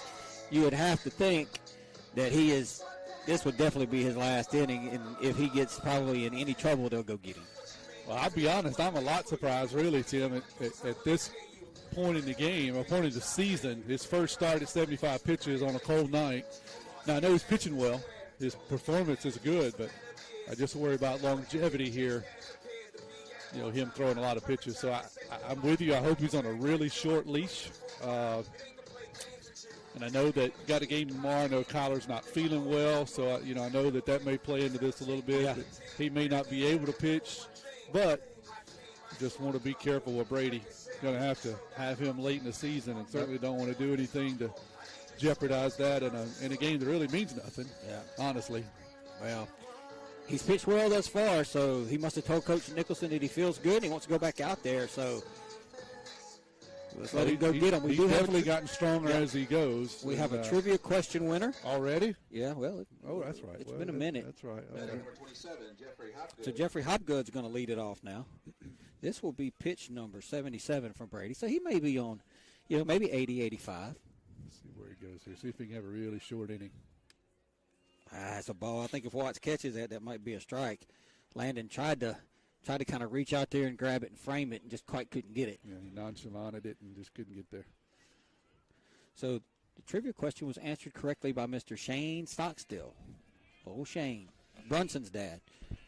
Want to let everybody know Maroon Tide basketball is playing the second round of the playoffs tomorrow night at home at Kelly Wise Gym at 6 o'clock. Brunson's on that team. Swinging a high pop-up on the infield. Morgan Kraft is going to call for it and make the catch.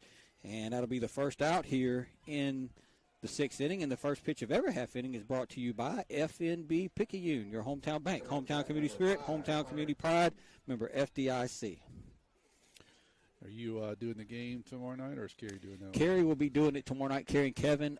So my youngest son, I've got baseball during the day. My youngest son, Colt's got a 3 o'clock basketball game, but Sunday is his birthday.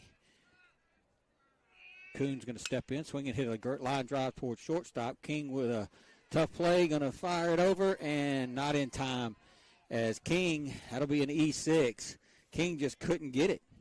He got around it and fielded it and dropped it. Yeah, he was all over it and got his body in the right spot, just couldn't get it out of his glove to make the throw. That'll bring up Dylan Peterson now. But anyway, so Colt's got a basketball game at 3. Morgan's got a game at 1. It's Colt's birthday. 4 or 5 kids are going to his basketball game, and then we're going down to the coast. We're going to play a putt-putt golf at the Scarlet Pearl. Then we're going to take the boys to eat. Live it up. I hear you. So Kerry will be doing the game tomorrow night along with Kevin from Kelly Wise Gym at 6 o'clock. Second round of the playoffs. The Tide plays South Jones. A win in that game gets them a third-round matchup at Pearl River Community College next week. Okay. So that'll be an E6, and that'll bring up Peterson, I believe, unless they made a change here. Here's the pitch. Swing and a line drive, base hit out into center field. So Peterson got a high fastball, just tomahawked it out into center field, and that'll put runners on now at first and second with 1 out here in the 6th. Yeah, you called that one. That was up at his eyeballs, but he was able to hack it out there. And Coach Nicholson's coming out. Brady ain't. You can tell Brady does not want to come out of this game, so he's gonna do some politicking. no pitcher wants to come out of the game, especially when he's feeling good. He's like, come on, coach, I got a ground ball there. My shortstop didn't do what he was supposed to do. Give me another couple pitches. We'll see if he can. Hopefully, I want to say he does not need to win his case. He needs to come out for his safety. So anyway, the correct answer trivia, answered by Shane Stockstill. So this player got a base hit in his 10th major league at bat to push his career average to 300, and his batting average never dipped below 300 for the rest of his career, and that would be one Ichiro Suzuki. Oh, I missed that one. Ichiro had quite a long career in the major leagues. And never dipped below 300. He never did. He got a base hit in his 3rd at bat to go 3 for 10. And he got a base hit in his 4th at bat to go over 300 and never dipped below 300 again in his life. That's a good one. I was thinking Tony Gwynn. So here's Cuevas now, swing and a miss. Brady won the case. I was to say he politicked well enough. There was a little bit of head shaking back and forth, and he won. No balls, 1 strike. I know he would love to get a 6-4-3 double play here. Swing and a miss, but that's going to get by Watts. Oh, man. That just got through the wickets, got between Watts' legs, and that allows everybody to move up. That's going to be a pass ball. Yeah, that one was certainly catchable. Watts just couldn't squeeze it up in the glove.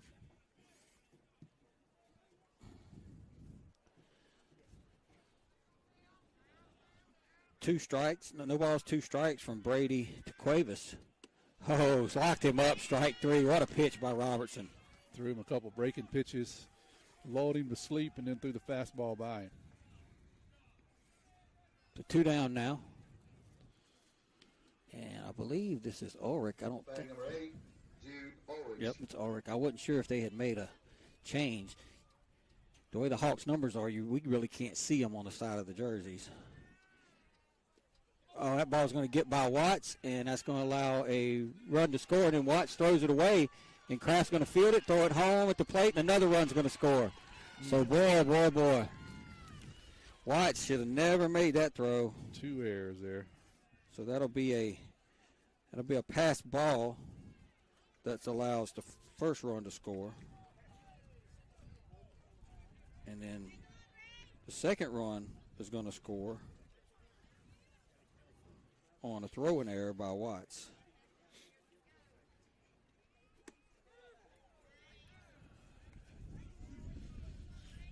And I got to fix this if you want to tell them what's going on. That pitch there was in there for a call strike, 1-1. 6-5 here in the top of the 6th inning. Maroon Tide up. Ground ball. King's going to throw it over. Kraft's going to make the catch, and that will do it, but not before. Ground ball out at first. Not before Hancock picks up 2 runs on 1 hit. The Tide had 2 crucial errors. We go to the 7th. Picayune 6, Hancock 5. There's some Maroon Tide baseball.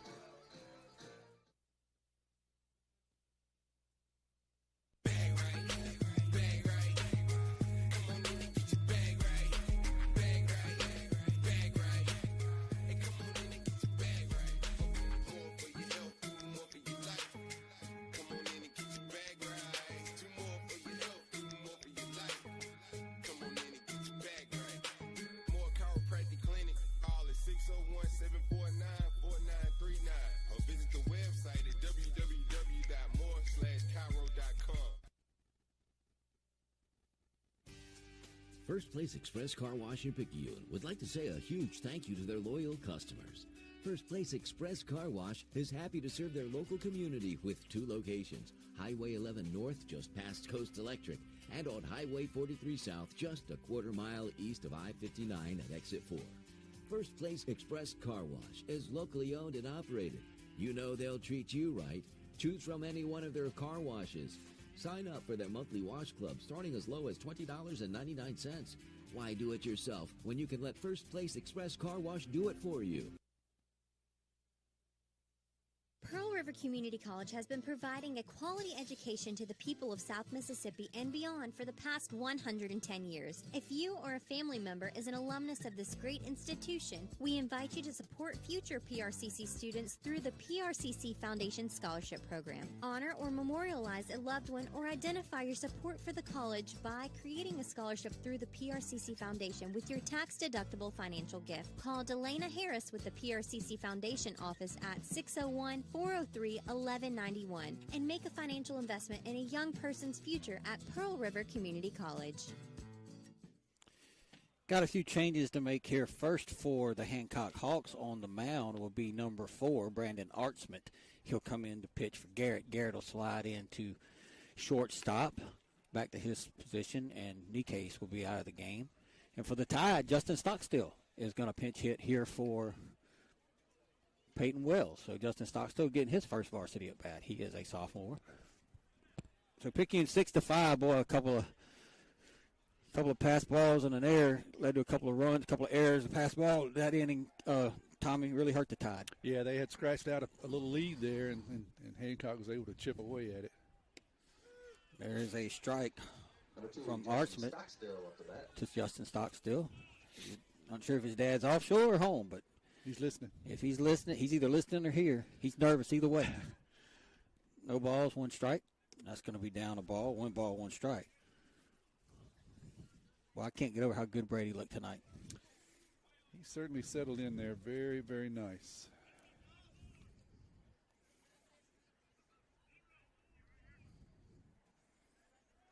And he did it with the bat, too. He did. Helped himself there. Here's the 1-1 from Artsmith to Stockstill, and that's going to be down a ball. 2 balls and 1 strike. Parker Helton waits on deck. Parker had a big hit tonight.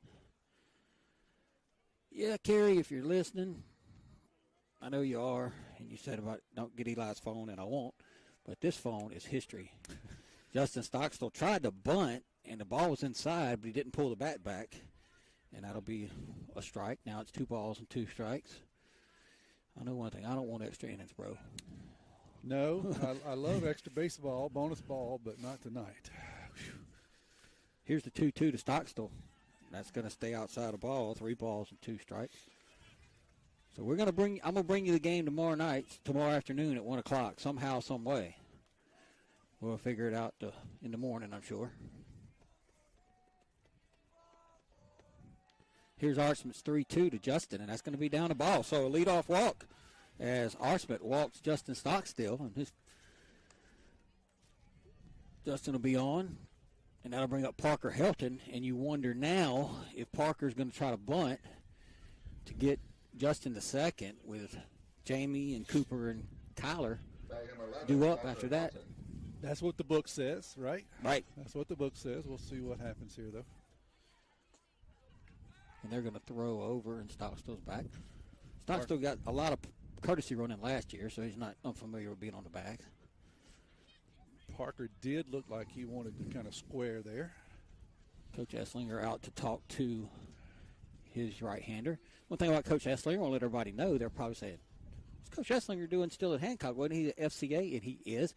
He took the job with Fellowship of Christian Athletes. He is no longer coaching. No longer teaching. However, he took the job so late that he hated to leave Coach DeWitt without a pitching coach. So he's going to stay on for this season, finish out the season, and then Coach DeWitt will find a pitching coach going forward. That sounds like the right thing to do. Yep. Good on him. Worked out all the way around. Now we need a nice bunt down the first base line here from Mr. Helton. And a summer breeze.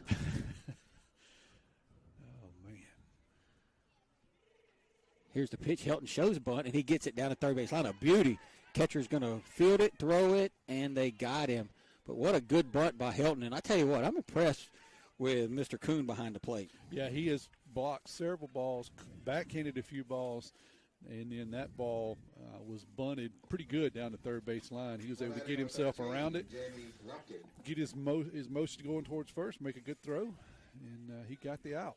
That'll be a sacrifice off the bat of Parker Helton, and Justin Stockstill moves to second base. Tide trying to Get a little insurance here, Kevin. Tommy. Yeah. And I was looking at you that time, leading by 1. It's the cold. We're going to blame it on the cold. It's affecting you. There's a ball. You know how I was watching something on the USS Indianapolis the other day. You know, they delivered the bomb, and then they got sunk. Nobody knew they were sunk. Those guys were out there, and the Sharks got a lot of them. Right. You drink that salt water and you lose your mind. I think this cold weather is got me losing my mind. Getting worse and worse. Yep. There's going to be another ball that hits the plate. Justin Stockstill's going to be able to get to third base. And so now Jamie Lumpkin's job just became a whole lot easier. All he's got to do is not hit it to the pitcher.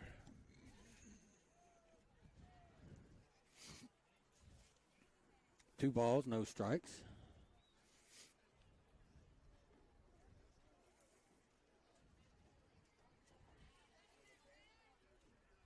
And Lumpkin going to step back in there.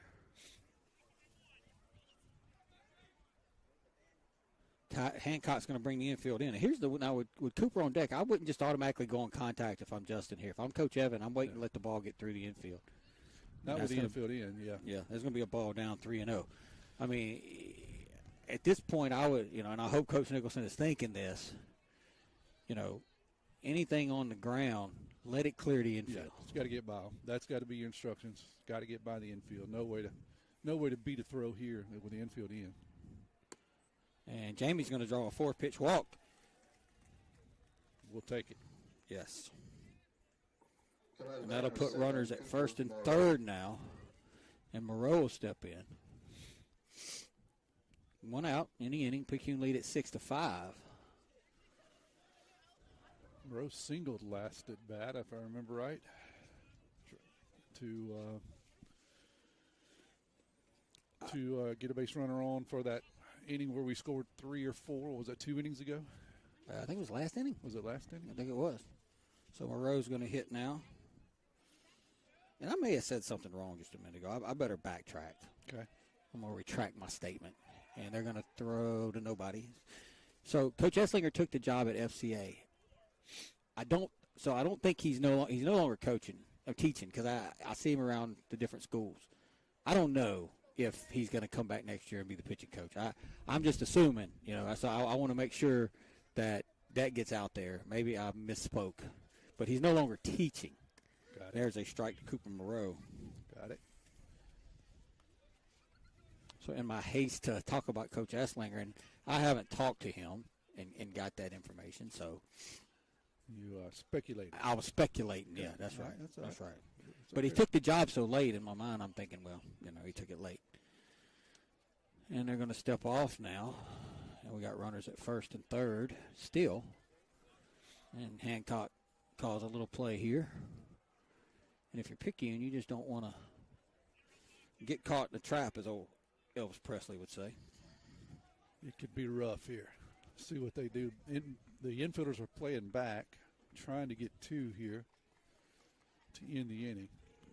Here's the 0-1. They could do nothing again. Just think they're trying to see if Jamie's going to take off. Yeah, I think 2 things. I want to see if they happen to have a bunt on, and is Jamie going to running on first movement. Just got a notification from a Hancock fan, said no, he's staying on. They pay him out of the booster club. Gotcha. Yeah. Okay. And there's a ball that's going to get away. Here comes Justin Stockstill to the plate, and the pitcher, Arshman, didn't cover. Yep. And it's probably a good thing, because Justin didn't get the best jump. Yeah, he read the ball down but didn't get a good jump. The pitcher kind of hung out on the mound. The catcher comes up, made a good play, blocks it, gets up, goes to throw, nobody there. So the Tide get a two-run lead back now, 7-5. On the play, Lumpkin gets down to second base.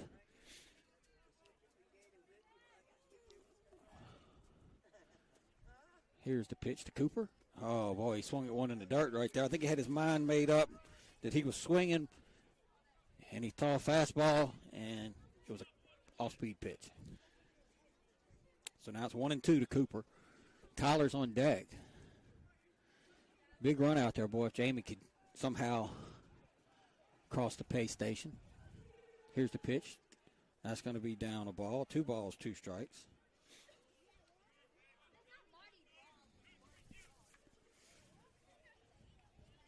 Big at bat here for the sophomore. Nice to get at least one more insurance run. Yes, Tide lead by 2. Looking for more here. Anything in outfield would give Jamie a chance. Swing and a miss. Cooper's going to have to run down to first base. Well, that looked strange. The kid popped out the catcher's glove, and Cooper didn't come out burning, and then he decided to go. And by that point, Jamie had kind of gone back to second, so no chance for an advance there. Yeah, it's kind of ugly all the way around. Not a good swing by Cooper, and then you're right, I don't think he realized the ball popped out. So, because it wasn't a ball that was in the dirt, It was one of those things where it just kind of popped out of the catcher's mitt, and he had no way of knowing. Yeah, by the time he looked back, Jamie had kind of already started back to second, so no way for him to advance. Here's King now. That's going to be up a ball. So, again, I want to clarify on the Coach Esslinger thing because I want to make sure I'm clear. When I spoke to him when he took the FCA job, he said that he couldn't leave Hancock because it was so late. So, in my brain, I'm just thinking, okay, he's going to stick out the year. But he may stick out more. I don't know. So, if I said that, I did say that. It wasn't any information that I 100% know. I just know that he told me he took the FCA job so late that he couldn't leave Coach DeWitt in a bind.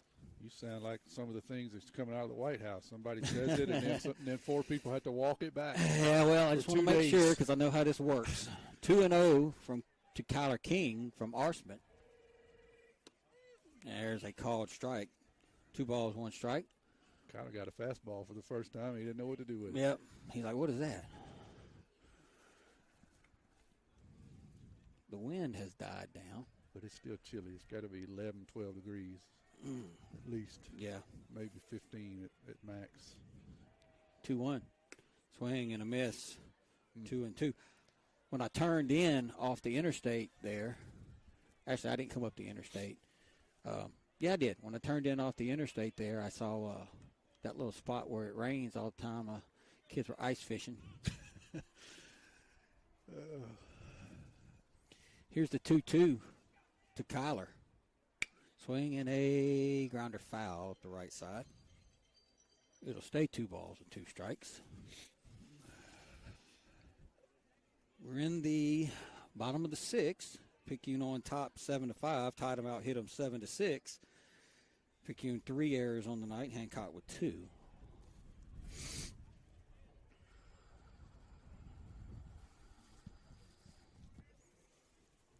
Kyler waiting on another 2-2. Here it is, and that's going to be down a ball. So now we'll run to 3 balls and 2 strikes from Arsman to King with Lumpkin at second.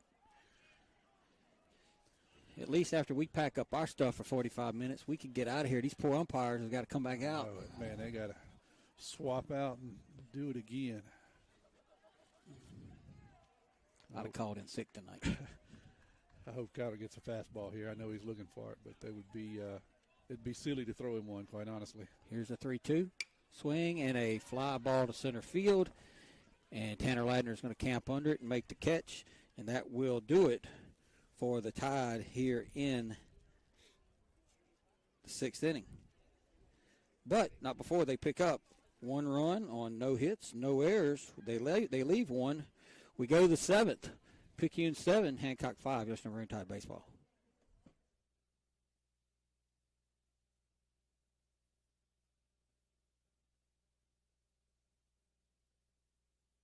Physical therapy has evolved into specialized care for patients suffering from Parkinson's disease. Dr. Jameson Dodd with Dodd Therapy Center in Picayune is LSVT Big certified for treatment of Parkinson's disease.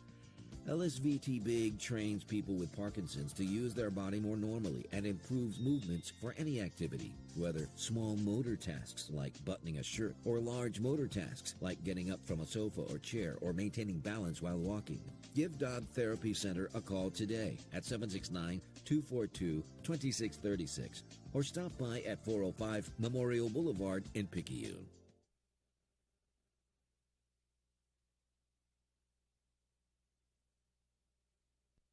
Hey friends, check out one of the last new 2022 Rockwood 2514S trailer models at Pawpaw's. This unit has a rear bath floor plan, power awning with LED lights, a refrigerator, theater seat floor plan, a Murphy bed for more space during the day, and an outside griddle. Full factory warranty remaining, MSRP $49,797, reduced to only $30,987. Pawpaw's Campers in Picayune.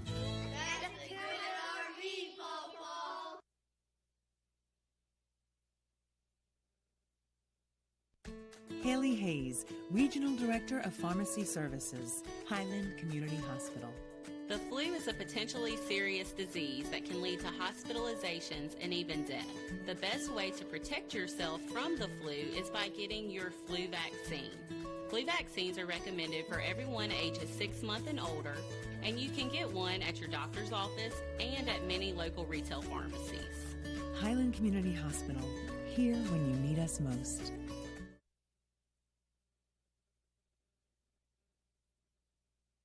When you wake up with an aching back or sore neck, Dr. Debbie Moore with Moore Chiropractic Clinic suggests you consider making simple changes in your sleeping position to alleviate unnecessary strain on your body.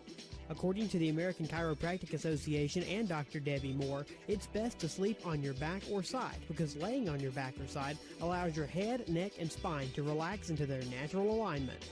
This will help you wake up pain-free and feeling rejuvenated. Moore Chiropractic Clinic. We've got your back. New pitcher for Picayune, Tommy, as we head to the bottom of the seventh. Kyler King takes over for Brady Robertson. Colt Robertson, the younger brother of Brady, slides in to play shortstop. Brady's out of the game, so that's the only two changes. King goes from shortstop to pitcher, and Colt Robertson comes in, the freshman, to play shortstop. Big spot for the freshman to come in, and a little surprised that Kyler's in tonight. He said it early in the broadcast, he's not feeling well tonight, so a little surprised to see how he comes in. See if he can be sharp when he's not feeling well. Really, we just need to get 3 outs here. Got a 2-run lead, top of the seventh.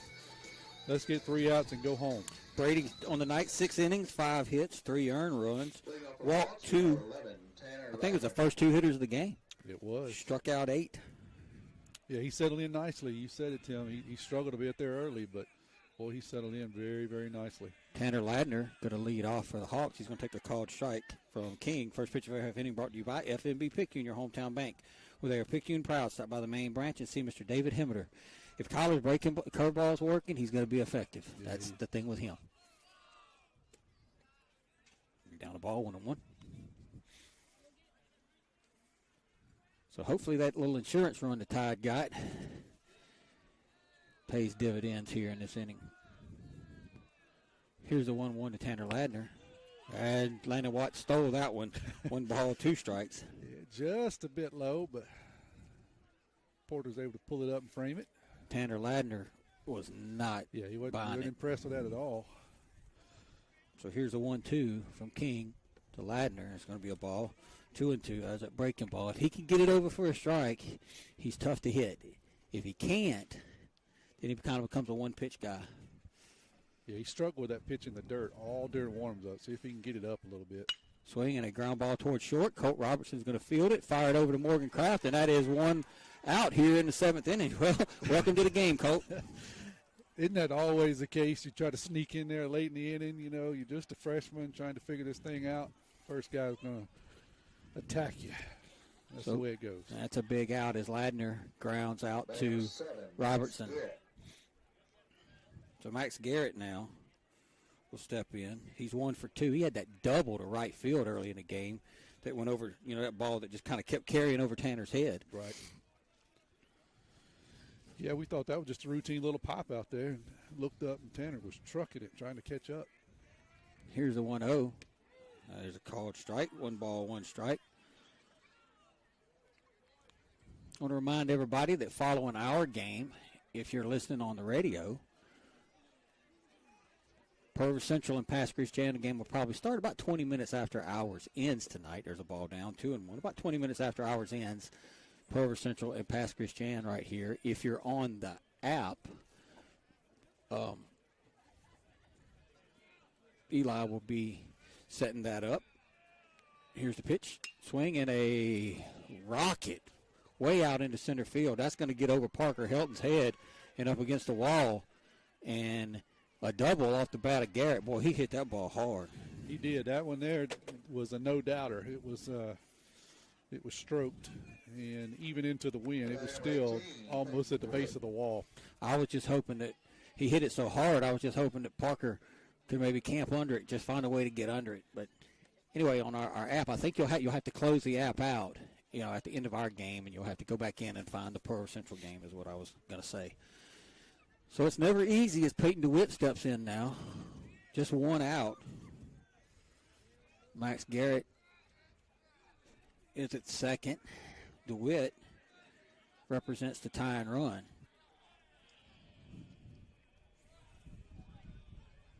And he has got that's going to be down a ball, and that gets away from Watts, and that'll allow Garrett to get to third base. That'll be a wild pitch. Watts knocked it down. He just couldn't find it. Yeah, he tried to back. He did back in it, knock it down, just couldn't get it up out of the dirt. Keep the runner at second. So Garrett's at third now. Here's the pitch to DeWitt. That's a called strike. 1 ball, 1 strike. And Coach Anthony DeWitt is not happy. Yeah, I guarantee you this umpire's not on Coach DeWitt's Christmas card list. Here's the 1-1 now from King to DeWitt. Swing and a miss. Took a little off. Actually, he didn't. According to the radar, he was right there at, at 81 where he's been, but it looked like it. DeWitt didn't have a good swing. He kind of just fanned at it. Looked like he was guessing, and he guessed wrong. Here's the 1-2 to DeWitt. Swing and a miss. That one he took something off of. Made him go out of the zone, and there'll be 2 down now. And that'll bring up Ostheimer to the plate. Bag number 9, Sean Ostheimer. That was a good pitch there by King. That was a very good pitch because that's possibly the best hitter on the coast. I'll never forget. Okay, story here in a minute. That's going to be a ball. Good job by Landon Watts. It's on Ostheimer. Last summer, not this past summer we just had, summer before last, we had a little showcase out at Porter Community College, and my buddy Joe Harrison's son, Aiden Harrison, plays shortstop for Biloxi, and he's actually signed with Jones, going to go play there next year. Here's the 1-0. It's going to be down. That's going to get away from Watts. Watts tried to backhand that ball, and that's never a good idea on turf, and Garrett scores.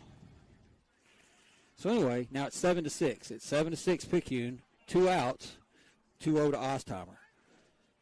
So kids were hitting, and I told Harrison, I said, that kid right there is the best hitter on the coast. He's like, really? I was like, yeah. He's all right, we'll see. Well, DeWitt hit about 9 out of the right field wall. Swinging a grounder up along first, going to be foul. And them other kids were, one hopping the wall and hitting nice little line drives, and DeWitt hit about 9. I mean, about 9 to that almost to that dorm over there. Just pounded it up. Oh, my Lord. He said, you wasn't lying. Yeah, he's definitely a big youngin'. 2 balls, 1 strike from King to Ostheimer. 2 outs. Tide leads 7-6. We're in the top of the 7th. Here's the pitch. Swing and a foul out of play. It'll be 2 balls and 2 strikes.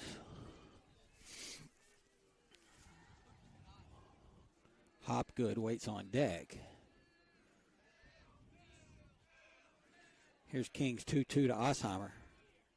And yes, he did go, and that'll do it. King strikes out Ostheimer to end the game, and the Tide come back to win this one by the score of 7-6, Tommy. We'll take a break. We'll be right back. We're going to get out of here because I'm freezing.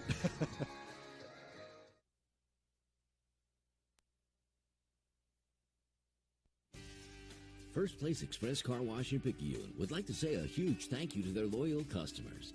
First Place Express Car Wash is happy to serve their local community with 2 locations, Highway 11 North just past Coast Electric, and on Highway 43 South just a quarter mile east of I-59 at Exit 4. First Place Express Car Wash is locally owned and operated. You know they'll treat you right. Choose from any one of their car washes. Sign up for their monthly wash club starting as low as $20.99. Why do it yourself when you can let First Place Express Car Wash do it for you?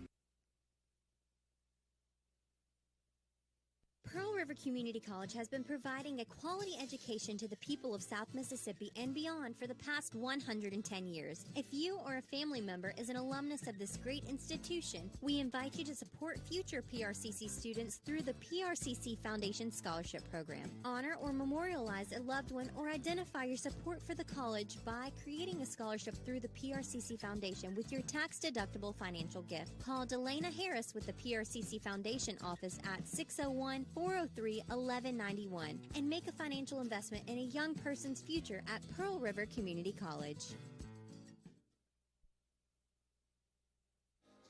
Tim Kraft, Tommy Upton back here as Picayune defeats Hancock by the score of 7-6. Tommy, it didn't start out pretty, and at times it wasn't pretty, but at the end of the day, you know, much better performance by the Tide here tonight. It was. It was a much better all-around performance. You're right. It wasn't their best. It wasn't a perfect performance, but Brady Robinson struggled there early. I think he walked the first two players, if I remember right, and kind of thought, well, here we go again. Gave up a couple runs to start that first inning. But, man, he just settled in and pitched a whale of a game. You gave his stat line here last inning, just a whale of a game, and he got some run support. He helped out, drove in a couple of runs there in the middle of the game. So all around a much better performance by the Maroon Tide. Wasn't perfect. Still got some things we got to work on. But for the second game of the season, I'm much more satisfied than I was with the first game of the season. Yeah, had some guys contribute with big hits. Parker Helton got a couple of RBIs. Jamie Lumpkin was on base a lot. Cooper Moreau with a big knock. Brady Robertson. Morgan Kraft had an RBI single. Kyler King had a first and third, you know, that ball that really set that big inning up. So up and down the lineup. Hey, Colt Robertson coming in the seventh inning, man. You know, never played a varsity minute in his life. First batter of the game that he sees hits a ground ball to him, you know, and that's a big spot because that inning changes if you don't make that play. You know, you can't take any play for granted, and especially with a young kid like that, and Colt made the play. Well, it's definitely big because the next two batters scored, right? Yeah. So definitely, if that had got on, they would more than likely he would have scored, and now we got a tie game, and we got to go. Who knows what would have happened? We got to go to the bottom of the seventh, try to do something. And that's, if nothing else, it's too cold for us to go to the bottom of the seventh. So I am certainly glad from that perspective that Mr. Robinson did a good job. I agree. Both of them did, older and younger. Mr. Robinson, they did great. So proud of the Tide tonight. Still got some things to work on, but they kind of hung tight there, hit the ball, scuffling around when they needed to, and did a good job. Yeah, and as you said, you know, we had some contributors up down lineup, but tonight it was about one man, Brady Robertson. I mean, I know you give the Sonic player the game, but unanimous. I'm pretty sure it's unanimous. I mean, that's your call, but it's going to be Brady Robertson tonight with the effort he got. He gets the win on the mound. Kyler King gets the save. Brady tripped in with 3 RBIs. Just all-around great night for Brady. And like I said, I was worried him coming off the injury, but he, you know, showed me what a gamer he is. Yeah, he looked fine tonight. So he threw a lot of pitches. Still was good even into the 6th inning. So he'll be fine. Maroon Tide will be fine. They're going to go get on the bus, try to get warm. I know you're going to try to go get in your truck and get warm. You guys have a great game tomorrow and Roll Tide. Roll Tide. I'll be in Gulfport tomorrow. Air time 12:50. We play at 1 o'clock. Picayune wins at 7-6 over Hancock tonight. Pearl River Central and Pasco Christian coming up next if you're listening on the radio. Good night, everybody.